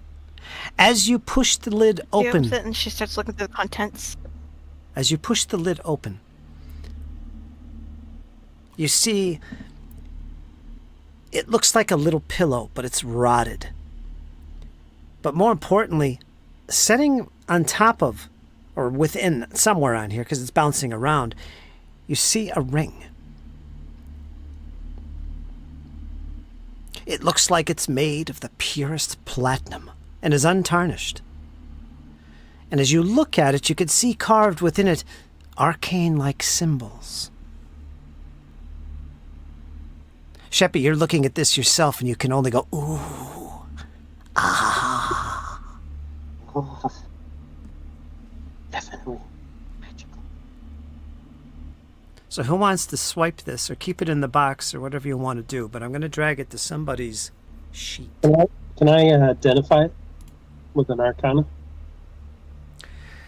You can do that. Let me open it up again. Public or blind? Make it blind.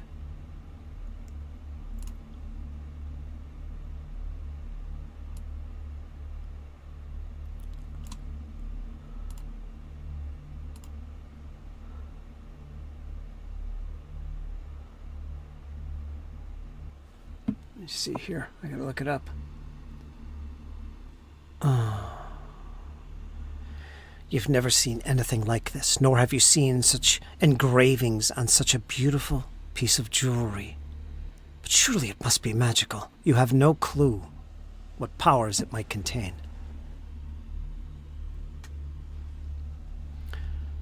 Well, we should take it back to town and see if we can get it identified and figure out who it be best to take this. I'm not quite sure. Who wants to take it? At least we'll Okay. take it. Of course. Schloop.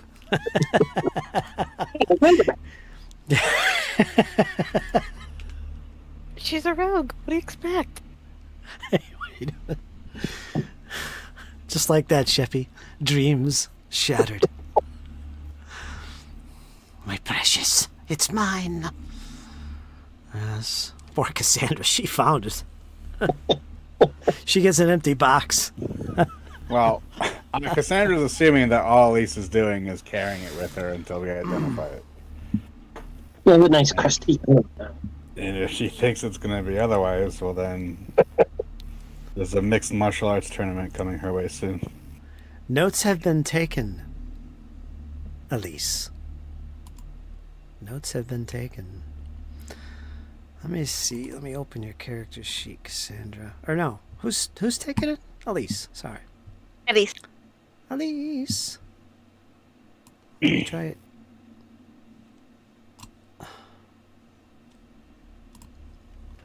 Anyway, you have that ring.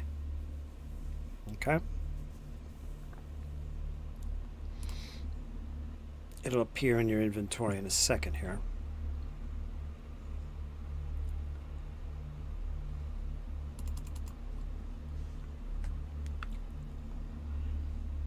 The rest of you gonna form up and head for the door? Yep. Okay. And also, I want to point out that's the first time we took on ghosts, and we actually got the upper hand on them. One.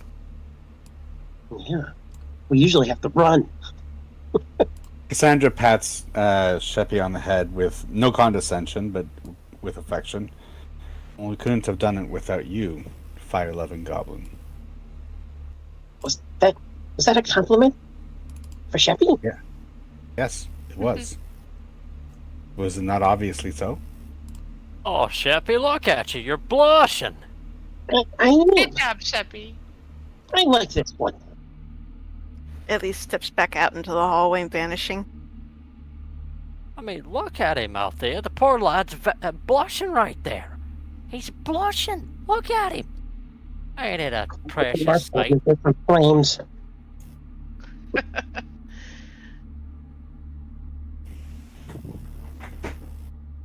Bergren chuckles as he... Are we ready to proceed then? Follow your lead, Burgunder. Well, be careful. These little buggers down here got teeth and they know how to use them. Why would they not know how to use their own teeth? It just means they're nasty buggers to fight. Oh. What a strange way of saying that. Pardon me, French. Don't worry. You'll learn about me as we go. And at that point, I'm going to open the door.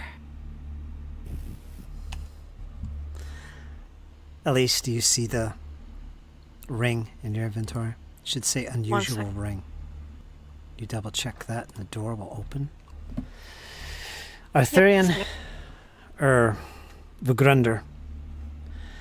You see before you a familiar sight. It's a very narrow corridor. It's steps descending. It goes down about 15 feet and turns to the east. It is full of refuse and debris. Much of it looks like it came from this room. Do you head down the corridor? Slowly. Taking my time. Are you shutting the doors, Elise? To the north, where you entered from? Once she steps back in the room, she'll be closing both of them. Okay, doors are closed. All right. And as you descend these steps, they turn to the east, and you can see even more debris. Some of this debris looks fresher, very fresh. Only 10, 15 feet away is a door. This is familiar to you, Grunder. You've been here before. You recognize that door. And as you raise your hand in the air for the other ones to be silent, you can hear it. the sound of clanking mugs, the sound of voices in Undercommon. As you move up to the door and listen even more and begin to push in on the door and peek inside, your dark vision can see well over a half dozen of these creatures are sitting at various tables throughout the chamber. You see a bar, you see separate tables. This is in fact that tavern. You can all hear this in the corridor. You can all hear these voices coming from beyond. And Vergrunder turns back and looks at you all. This is it. This is it. I've been here. And we're going to take a short break to see what you guys do next. Okay? 5-minute break. Do. Oh, I'll be right back. All right, folks, going to take an intermission. Be right back.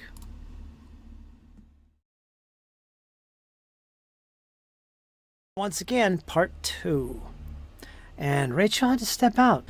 And yeah, we'll see her hopefully in the next session. She wasn't feeling well. And we've had our break and we're ready to pick up where we left off. The party has descended these steps full of refuse. Arthurian has been here before. He's the only one. And he describes at what lies ahead as some type of tavern underground of ghouls. He remembers seeing a dark elf as well, a drow. And who knows who might be in here. That was some time ago. And it seems to be a gathering place for these creatures of the Underdark.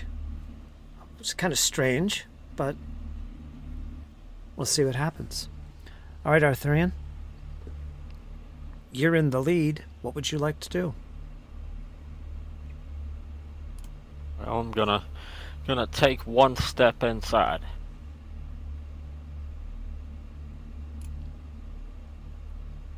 Should look familiar to these guys. They've seen me before.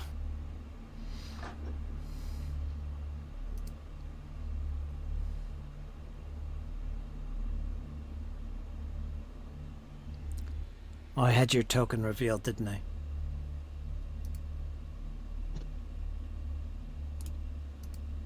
Yeah?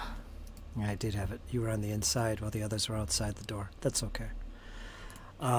That's what you see. You see... Oh, I think I have some ambience for this. Let me actually play it.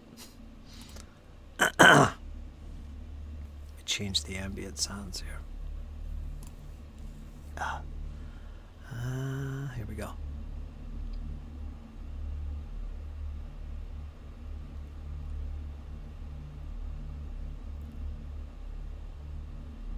There.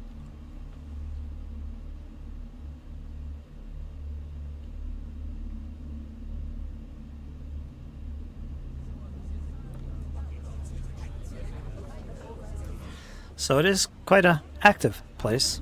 You see well over a half dozen in here. It's probably not as active as the ambient sounds there. That sounds like a lot of folks.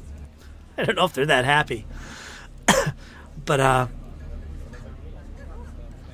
yeah, it looks like a tavern. You don't recognize anyone except the creature.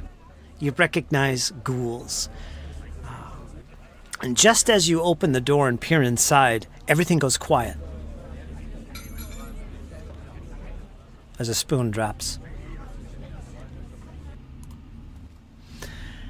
And they all look towards the door where you're standing. What do you see? Says Althea. What's up there? What do you see? Lots of creatures ahead. Everyone stand ready. And he'll say in Undercommon, he'll call out, top of the evening to you, I'm back again. There's some muttering as they all start to look at one another. One of them, oh, it's that dwarf again. He's been here before. And then they go off into some more whispers. They look pretty tense though. They're not like totally relaxed with your entry into the room. Your next move might be critical, Arthurian. Aye. been back again. I had enough ale the first time. I thought I'd come back and get some more, and I might bring my friends in here with me. They begin muttering again. Sheppy will come in with him, and also speak in Undercommon. Okay, so you're all going to step inside? Just me. I don't know if anyone else is coming. At least remains outside. I'm going to try to deceive them. Make them feel like we're part of their group. I'm going to subtly flip a hand gesture to Cassandra, that universal signal to stand ready if things go south. Got it. I don't think there's any lighting in here. Let me look real quick. Are you guys sitting in darkness? Yeah, you are. Alright, let me put some light on Althea again. I didn't realize that. Pink. So, at least you could see in here. Everybody good? I can only see in black and white. It must be dark for everyone else. I've got Althea's light on. You should have some light coming from her. Yeah, I see I it. can see. I might have to refresh. Go for it.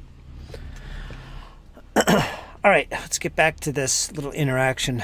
Now, what were you going to do, Sheppy? Stepping forward? You were getting a little tricky here? I want to deceive them into thinking we're here to get some drinks with them and have a good time. Order up some ghoul brew or whatever they're drinking. Okay.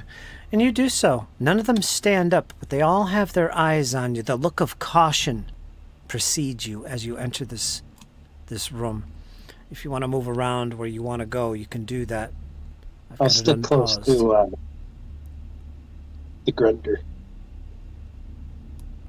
Okay, you want to move forward there, dwarf, and accompany him into the center of the chamber?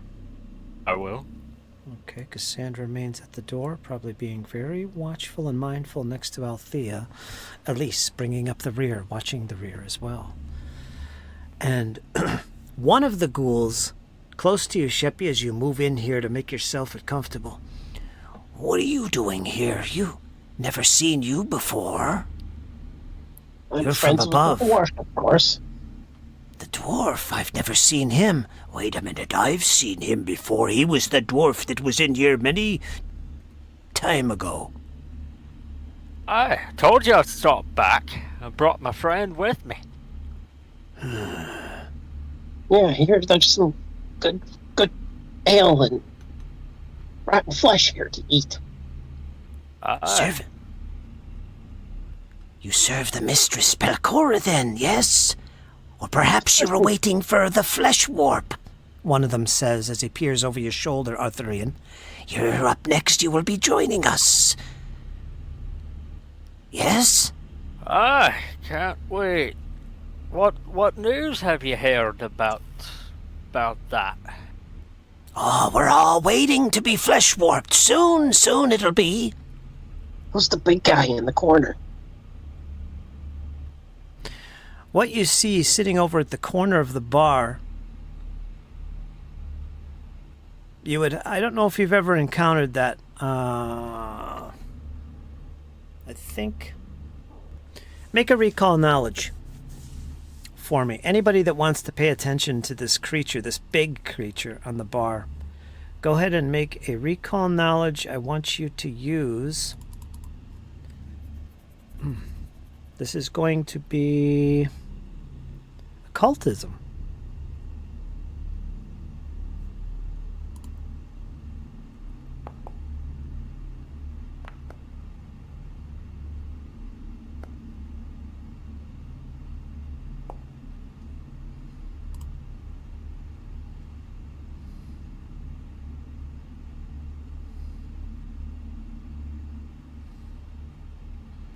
I see Cassandra and Sheppy.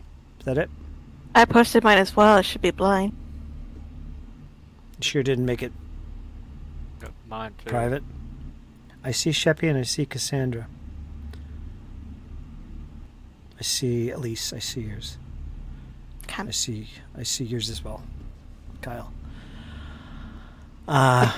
Sheppy. These are creatures known as Driders. They're large creatures, kind of a mix of a spider and some type of humanoid, bluish-gray flesh, sinister creatures. Perhaps flesh-warped themselves. Flesh-warped is a term used to describe the bringing together of parts of different creatures into one, a flesh-warped creature, as it were. That's a Drider.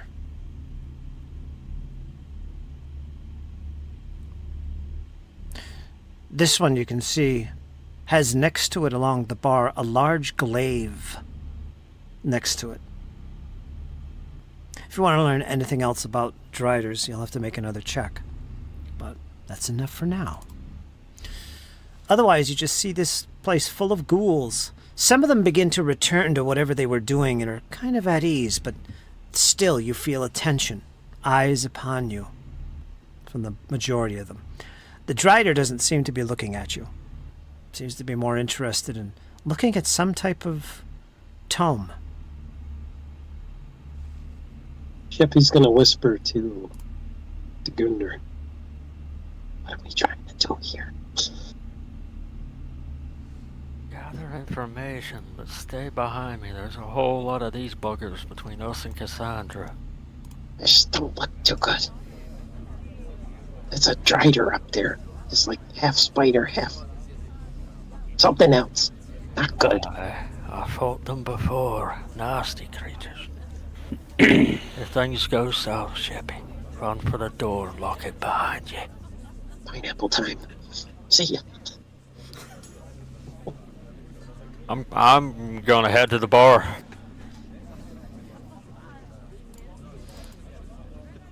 Okay. Go ahead, move yourself to the bar.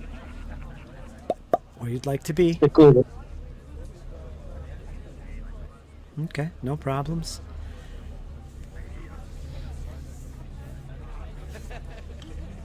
Excuse me, fella. There is a barkeep. Nasty looking ghoulish creature. Whoops, I didn't mean that. And these are ghouls. That you recognize them. The pallid flesh. You fought them before. You've encountered them close up. And these are very similar to what you encountered. Ghouls, essentially. Aye, I'll have an ale and one for my friend as well. Why, sure, you can have an ale. And he pulls out this big jug. There's not much down here these days, but you can have one. That'll be 2 gold pieces. And he pulls out this little mug. It's just a little thing. He's gonna look to Sheppy. Now, of course, it must be a really good drink for 2 gold pieces. That is way overpriced for an ale. But 2 gold pieces. 2 gold pieces for an ale? What kind of ale is this? Like I said, things are hard to find down here. Do you want it or not? So, it's 2 for the 2 drinks or each? 2 each. And he's got these little mugs. They're about 8 ounces.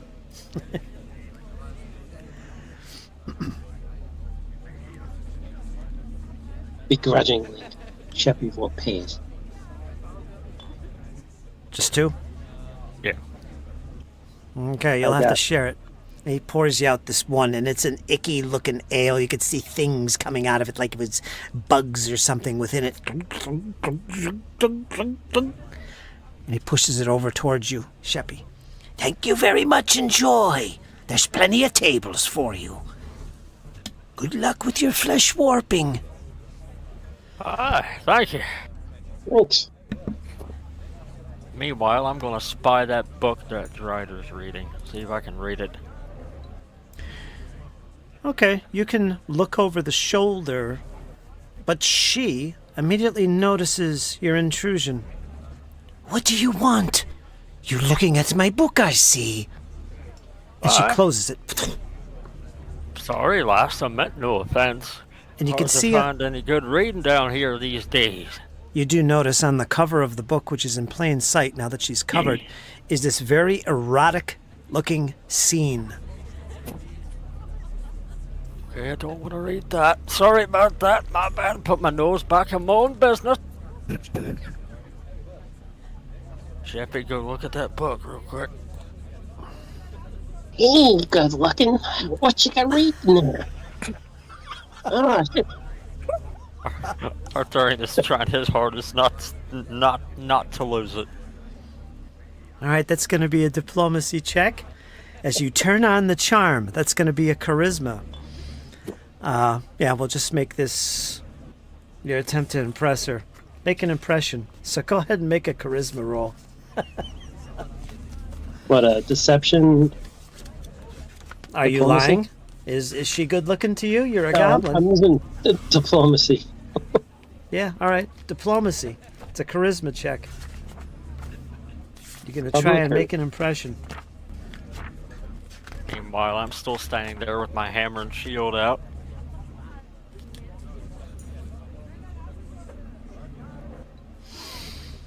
You are. Oh, you've got your weapons out. Oh, okay. That changes things dramatically. I don't didn't know have that. weapons. All right. Well, I've got my shield out. I'll retract that a little bit. Okay. Okay. I mean, you don't want to look too threatening now, do you? No, but the hammer is very easily within reach. No. Maybe you got it on your shoulder. Just not threatening with it. Right? Yeah, it's at rest, so to speak. Okay. At least it's just glancing into the room from time to time to watch what's going on. You'd see a dwarf and a goblin trying to mine their way into picking a fight. Go ahead and make a blind diplomacy, Jesse. And I try to help him with that. Or you did. You did. Never mind. You did. I got it. Yeah, I accidentally made it public.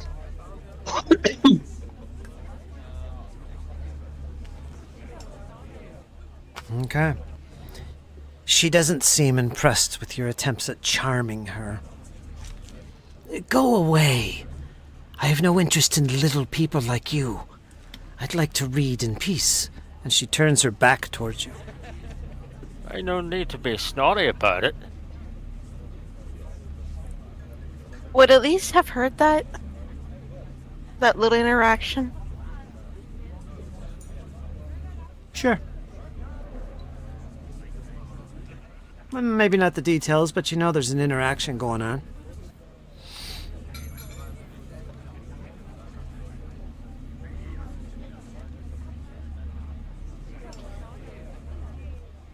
So basically, as time goes on and you're making conversation, the tension kind of drops a little, but you still feel the occasional eyes upon you. Cassandra and Althea can see this, since they're near the door and watching. One of the ghouls does come up to you, Sheppy. Who are your friends? Who are those at the door? They don't seem too friendly. They're not enemies to harm us, are they? No, not at all. They're just scared. Because they don't like to drink. They never drank this good ale before. Yes, Maybe it you is could offer good. them- Maybe you could what? Maybe you guys can go offer them some. Well, I hit on this good-looking lady over here. Okay, let me move you let me move you over here next to the lady. Meanwhile, Arthurian looks back. So, what else can you tell me about this flesh warping business? Is it painful?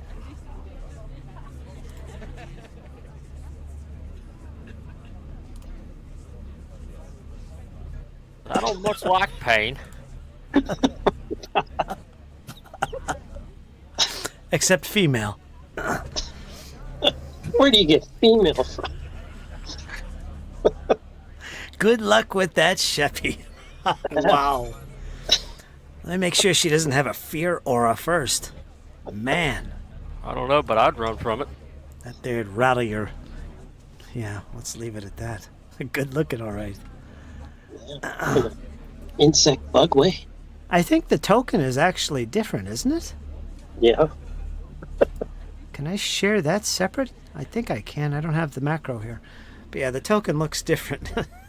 It's probably a more accurate picture of who you're talking to. I don't think it's that dude, Drider.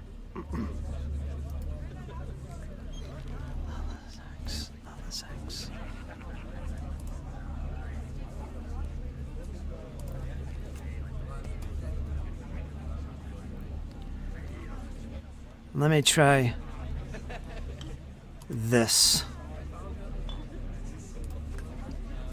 All right, there you go. That's a little bit better.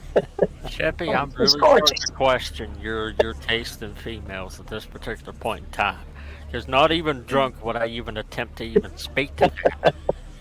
Alright, so at this point, Elise is just gonna step inside and she's gonna make her way over to the table that has this, what you call it? A dryad? Drider. Alright, she's gonna make her wish it was a way over dryad. to it. Did I say dryad or drider? I hope I didn't say dryad. Drider. I just Okay, wish I it was a wouldn't dryad.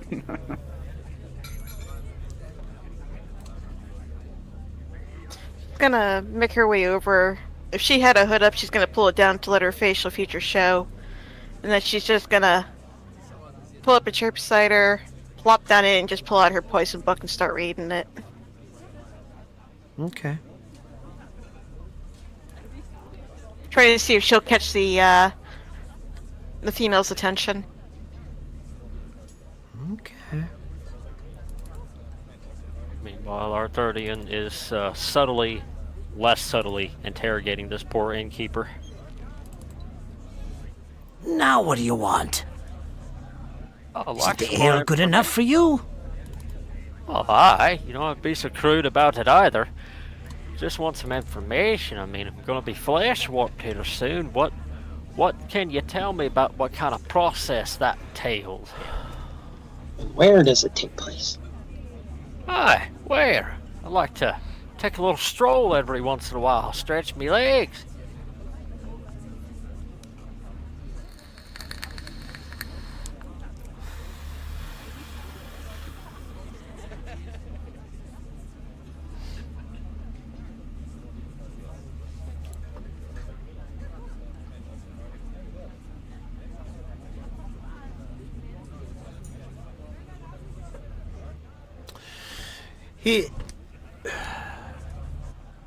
Well, yeah, give me another diplomacy check as you attempt to learn some information. That would be a request. So, yeah, do that.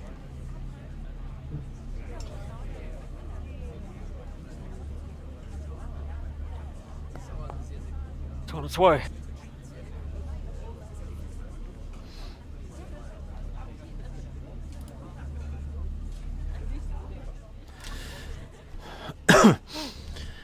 So you've never had the flesh warp before? No. Well, you're in for a treat, dwarf. You'll become a powerful creature, I'm sure. As stout as you are, perhaps they'll add some arms from an ogre or something to you, and then you'll be a menace. Yes, it's something to look forward to indeed. It takes time. We're all waiting. We've all been sitting here waiting to get under the knives. Oh, it'll be good. It'll be good. We'll no longer be stuck here in this small little alcove, and then we could better serve those above us. Yes, and the power that comes with that. Yes, so welcome to our group. Thank you. Appreciate it. He also reveals that there is the Sagothis are the ones responsible for doing this flesh warping. He does mention that. Sagothis. You might want to write that down. Seugathis.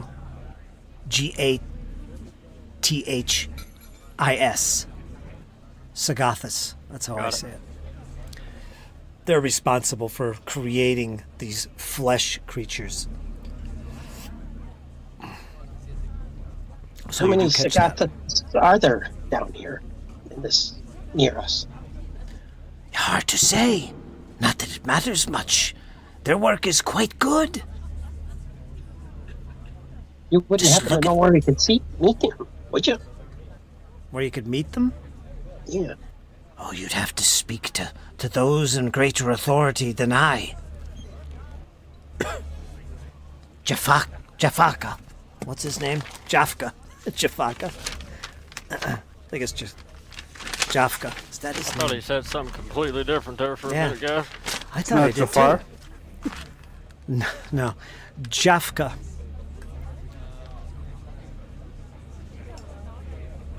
All right. And where might he be?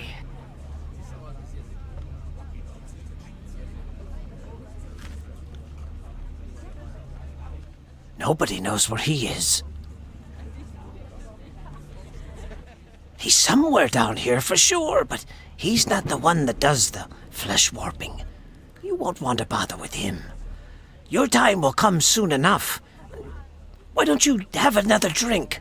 Your friend is keen of them. Why don't you have one as well? He pulls up his big tankard. I'll give it to you for a single gold. You seem friendly enough. All right. One last question there, Innkeep. What's behind those two doors over there to my left? That is where we keep things. That's none of your business. That's the supplies and things with the ale and the food for those that come here. Are you hungry? He looks at you eagerly. Aye, I bet. We have much raw flesh. If you'd like it, I can pull some up for you. We could take it to go order. Sure. Aye, we can take it to go. Wait right here. And he looks very eager. And disappears through one of those doors.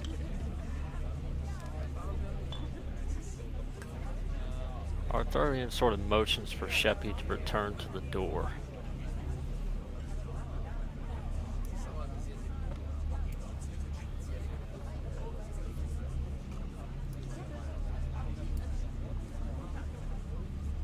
Where's Elise going? I see you sneaking behind the bar there. What are you doing? No, she's trying to get with the female over here. You could try sneaking around the room if you want. Don't be afraid. That's what rogues do. The only light in here is coming from Althea.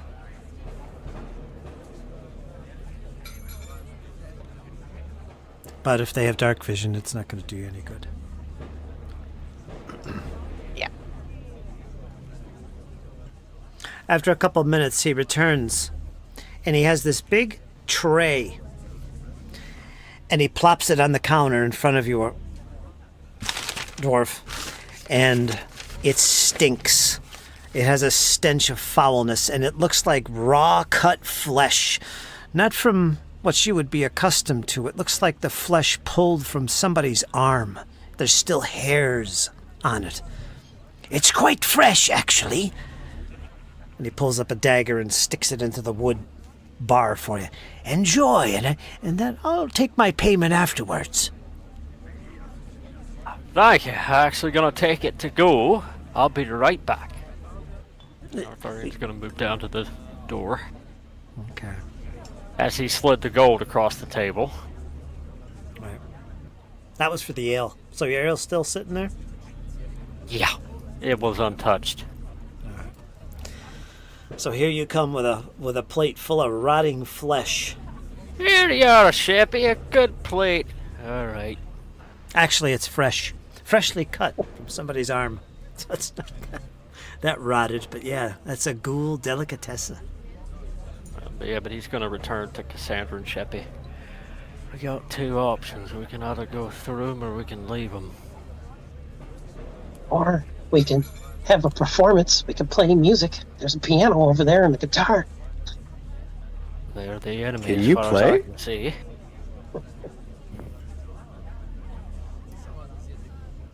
What are you looking at, the stage? Yeah. Oh, you play music, do you? Says one of the ghouls who overhears you, Sheppy. And as No, soon as not I, but my friend over here does. As he points to Arthurian. Sheppy, I will maim you. just then, all eyes suddenly turn abruptly towards both Sheppy and the dwarf. Challengers, They begin to say. And all of a sudden, a chant begins to rise amongst all of them. Shadow Malice, challengers, Shadow Malice, challengers, Shadow Malice, challengers. And it begins to get louder and louder and louder as the whole place erupts in this chant that you hear being spoken around you. Shadow Malice Challenge. Oh, Sheppy, what have I you got didn't me do it. into? Come on, Sheppy, you got me into this mess. You're going with me. You can stand up there and dance. Just Okay.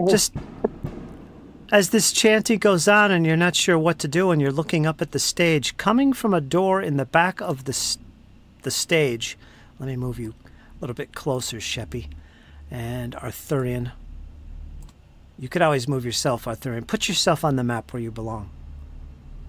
Where you would be at this point. Let me get this out of the way. And coming from a door in the stage there, you see this individual pop out. And she moves up to the edge of the stage, and the chanting immediately dies down.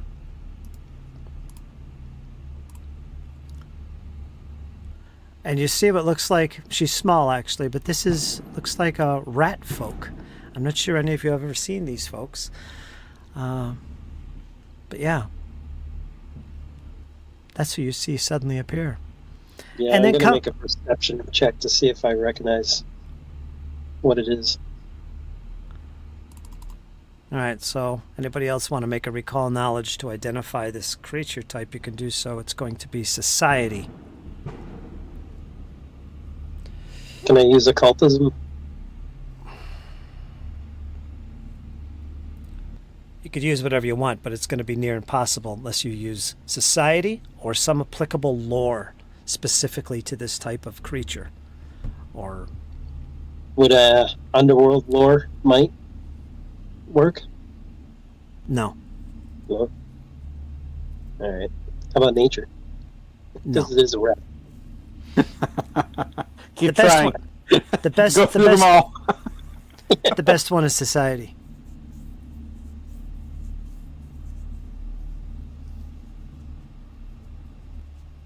Cassandra notices immediately as it steps out onto the stage.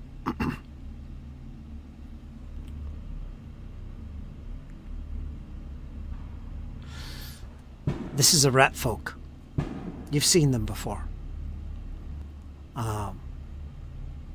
They're not necessarily evil creatures. In fact, some of them have been known to dwell in common places on Galarian. But they're not common. They're not often seen. They're known for having pouches in their cheeks where they can store things. Perhaps as rogues. Or not.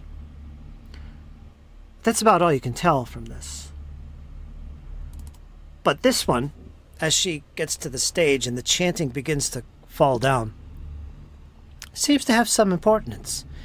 And she begins to speak over the crowd. We have challengers. Who would be challenging us now? And she looks down over the crowd and she sees the newcomers, specifically the dwarf and the goblin, close by to the stage. Do you wish to challenge us? You're more than welcome to join us on the stage, and we'll see how good you really are. And as she says that, the door opens up once again, and you see, coming into view, some more of these creatures. 4 of them in all.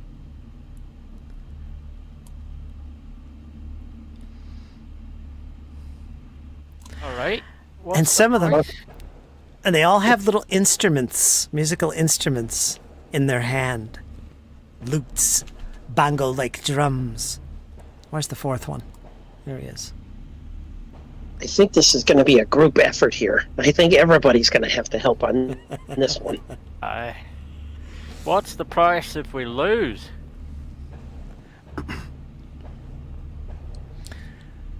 The price is your life, of course. But if you win, you'll have all the recognition here. I'd like to make an amendment to that, if you'd let me, or if you'd like to up the stakes a bit. Arthurian steps forward to the stage.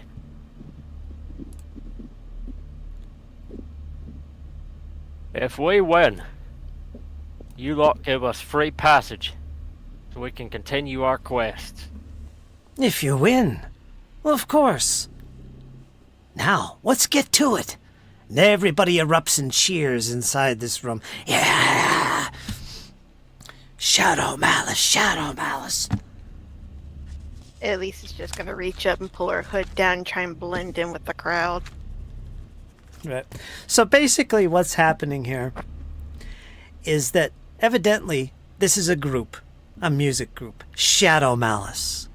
There's four of these creatures. They've got all kinds of instruments in their hand, and there's obviously more instruments. They seem to be a thing here in the tavern known as the Warped Brew Tavern, mind you, that you could catch wind of in the conversations. The Warped Brew Tavern. They seem to be the establishment band, and they're seeing you as a challengers. A battle of the bands, perhaps. If you're willing to accept that challenge for a wager of free passage, or if you fail, your very lives. If you're willing to take up that challenge, here's what you need to do, she explains. We'll have 2 rounds. In the first round, each of you, 4 of you, because there's 4 of us, it would only be fair. 4 of you can, one at a time, do whatever form of entertainment you wish. Tell jokes, tell a story, read a poem, or perhaps play on an instrument. We have plenty here on stage and also here. And she holds out a lute. And you'll each perform alone, one at a time, the 4 of you. And then we'll go to round 2. Round 2, you will, as a group, play a musical song. Again, we have the instruments for you, unless you have your own. And we will challenge you with our tune, and we'll see how good you really are. Of course, we will play first. When you are ready, let the challenge begin. And all 4 of them smirk. Thorgrunder looks back to the rest of the group. Should we give it a go? Or An idea. apply a little harder diplomacy? I guess it won't hurt. That's a creepy looking dude with the mohawk. This, Winks at his mace. this Sheppy. Arthurian, or not Arthurian, sorry. Grunder. This creature right here looks very much like a dwarf, only totally in some other culture. But the size and girth is very similar to a dwarf. I believe it's a female. I don't remember, I'd have to look. This creature here, this lizard-like creature, I don't think anyone has seen. No. And finally we have this one. This is evidently Shadow Malice, what you're going up against. This individual is much more humanoid, but a very mysterious looking one with pale flesh. You're not sure what that is. Male, female, or whatever. Crossbow in his hand. That is. A hand crossbow on his side. He's got a big lute. There's a couple lutes, some drums, Yeah, that's what you're going up against. So, what's we good on time? Eric, how are we good on time? Because we could save this for the next one, or we could... I think we might have to save this one. Yeah, I think because Rachel, I want her to be here. Yeah, we need her for this one. Yeah, we definitely do. This is her chance to shine and tell some jokes. This would be great for Elias. Yeah, we could do the that. Performer. All right, we'll do that. So, yeah, so there's going to be 2 rounds. The first round, each of you, one of you is going to have to sit out. So you're going to have to choose 4 of you. So we could do that right now. Who's sitting out? Elise. She's setting up an ambush. Exactly how I trained her to do it. So what you're going to do is you're going to be using one of your skills. Excuse me. I want to say performance, but there is an option here. You're going to do this one at a time. You're going to come up on the stage. Whatever you want to do. If you want to play a musical instrument, tell jokes. If you want to do some feat of strength. If you want to do something, something that would impress the crowd. That's really what you're trying to do here, is impress the crowd. All right?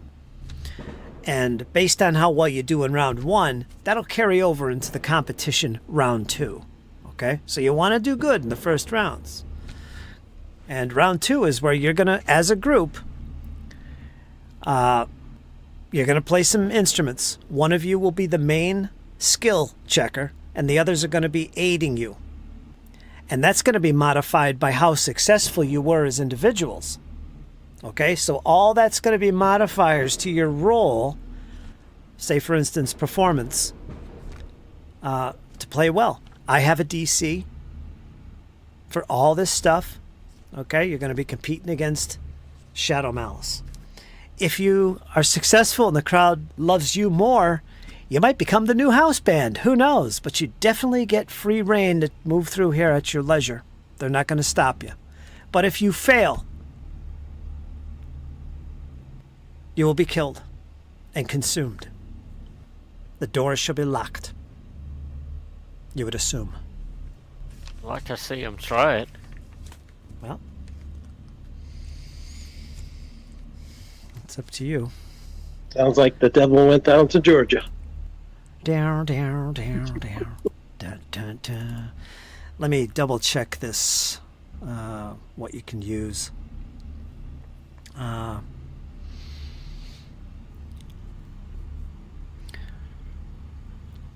basically doing solo performances in round 1. On your instrument of choice,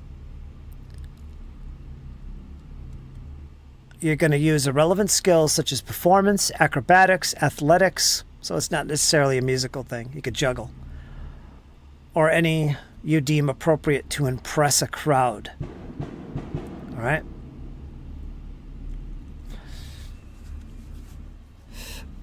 So you could make an athletics check. Now, like we were talking about with performance before, if of in itself it doesn't do anything for you, performance that is, it's usually used to sway somebody, and that's about it. Whatever you do, you could use athletics to perform, you could use acrobatics to perform, whatever. But you're essentially making an athletics check, not necessarily a charisma-based performance check. It depends on what you're doing as your performance, all right? So you guys can think about that. Cassandra, Althea, well, I know what she's doing. Sheppy, maybe you're going to juggle snow cones that are on fire with magic. Whatever you can think of. It'll be tougher for you, Arthurian, or dwarf. You're going to have to think what you could do. A feat of strength. Yeah. A feat of strength.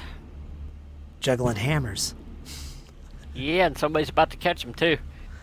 Okay. So, and that'll all be just I have a DC. You'll make a skill check. I'll write it down. I'll make it, you can be public. All right. And then based on those results, how successful you were with that, how good or bad you were with that, will carry over into the group portion where there's going to be one of you elected to be the test checker, the one making the skill check. Everybody else is aiding that as a modifier. And then finally, the modifiers from the solo performance will modify it as well. So there's a lot going on there. And there's a DC for that. And based on your success with that, that determines your fate. So that's a neat little thing here we got to do. So think about what you're going to do.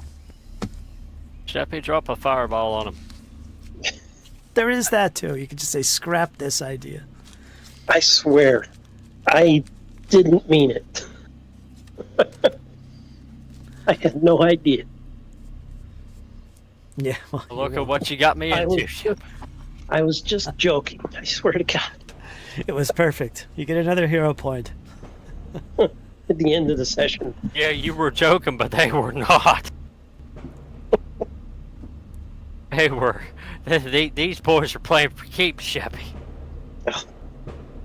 No, should have known.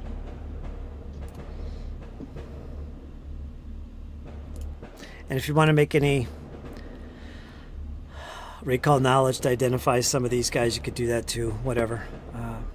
But otherwise, we'll save the session for the next time, and we'll Althea will be surprised.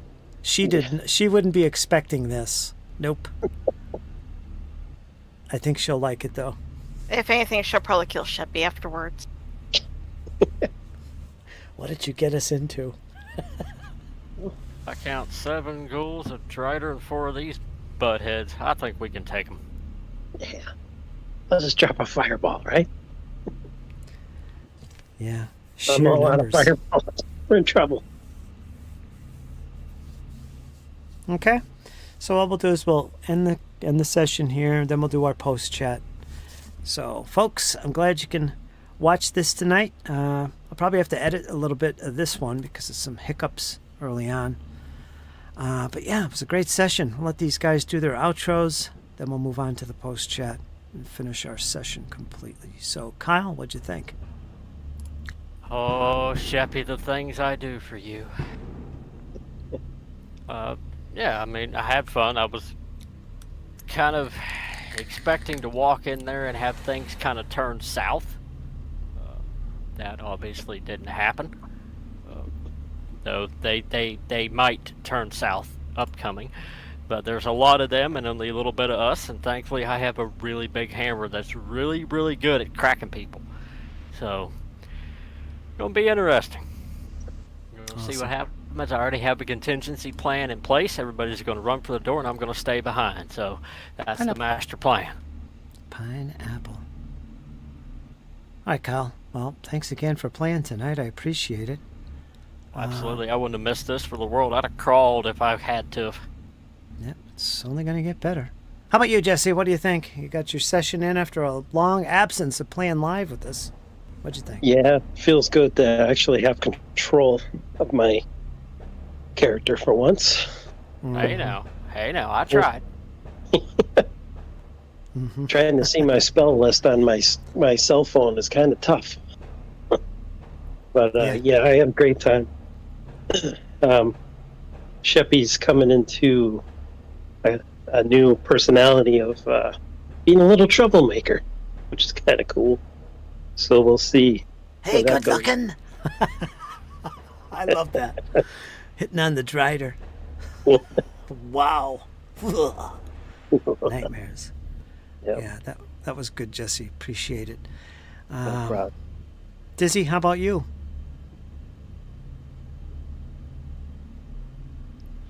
Well, definitely blessed knowing that I get to sit this one out.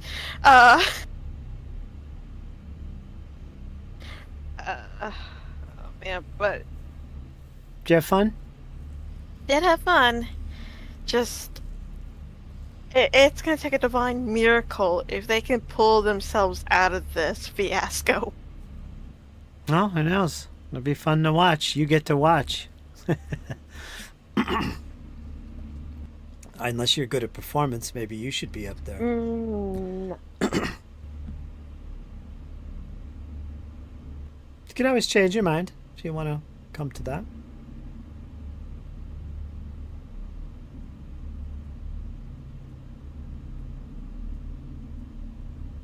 Okay. Let's move on to Eric. What'd you think, Eric? Kind of different, huh? I was glad to see Sheppy just cut loose with some of his sorcerer's power. That was really neat. Mm-hmm. It's good to see.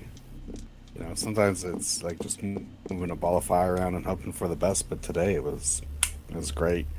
And then we got to play mop up, and that was fine. That was more than fine. So that's good. I'm a little worried about the scenario we're coming into. Cassandra hasn't ever. This is not your thing.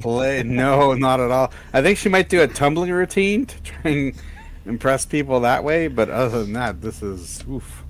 Ooh, a martial arts demonstration. Maybe. I don't know. But I tend to agree. I guess. I tend to agree that it might take some sort of miracle to get us out of this one. But I'm looking forward to next week.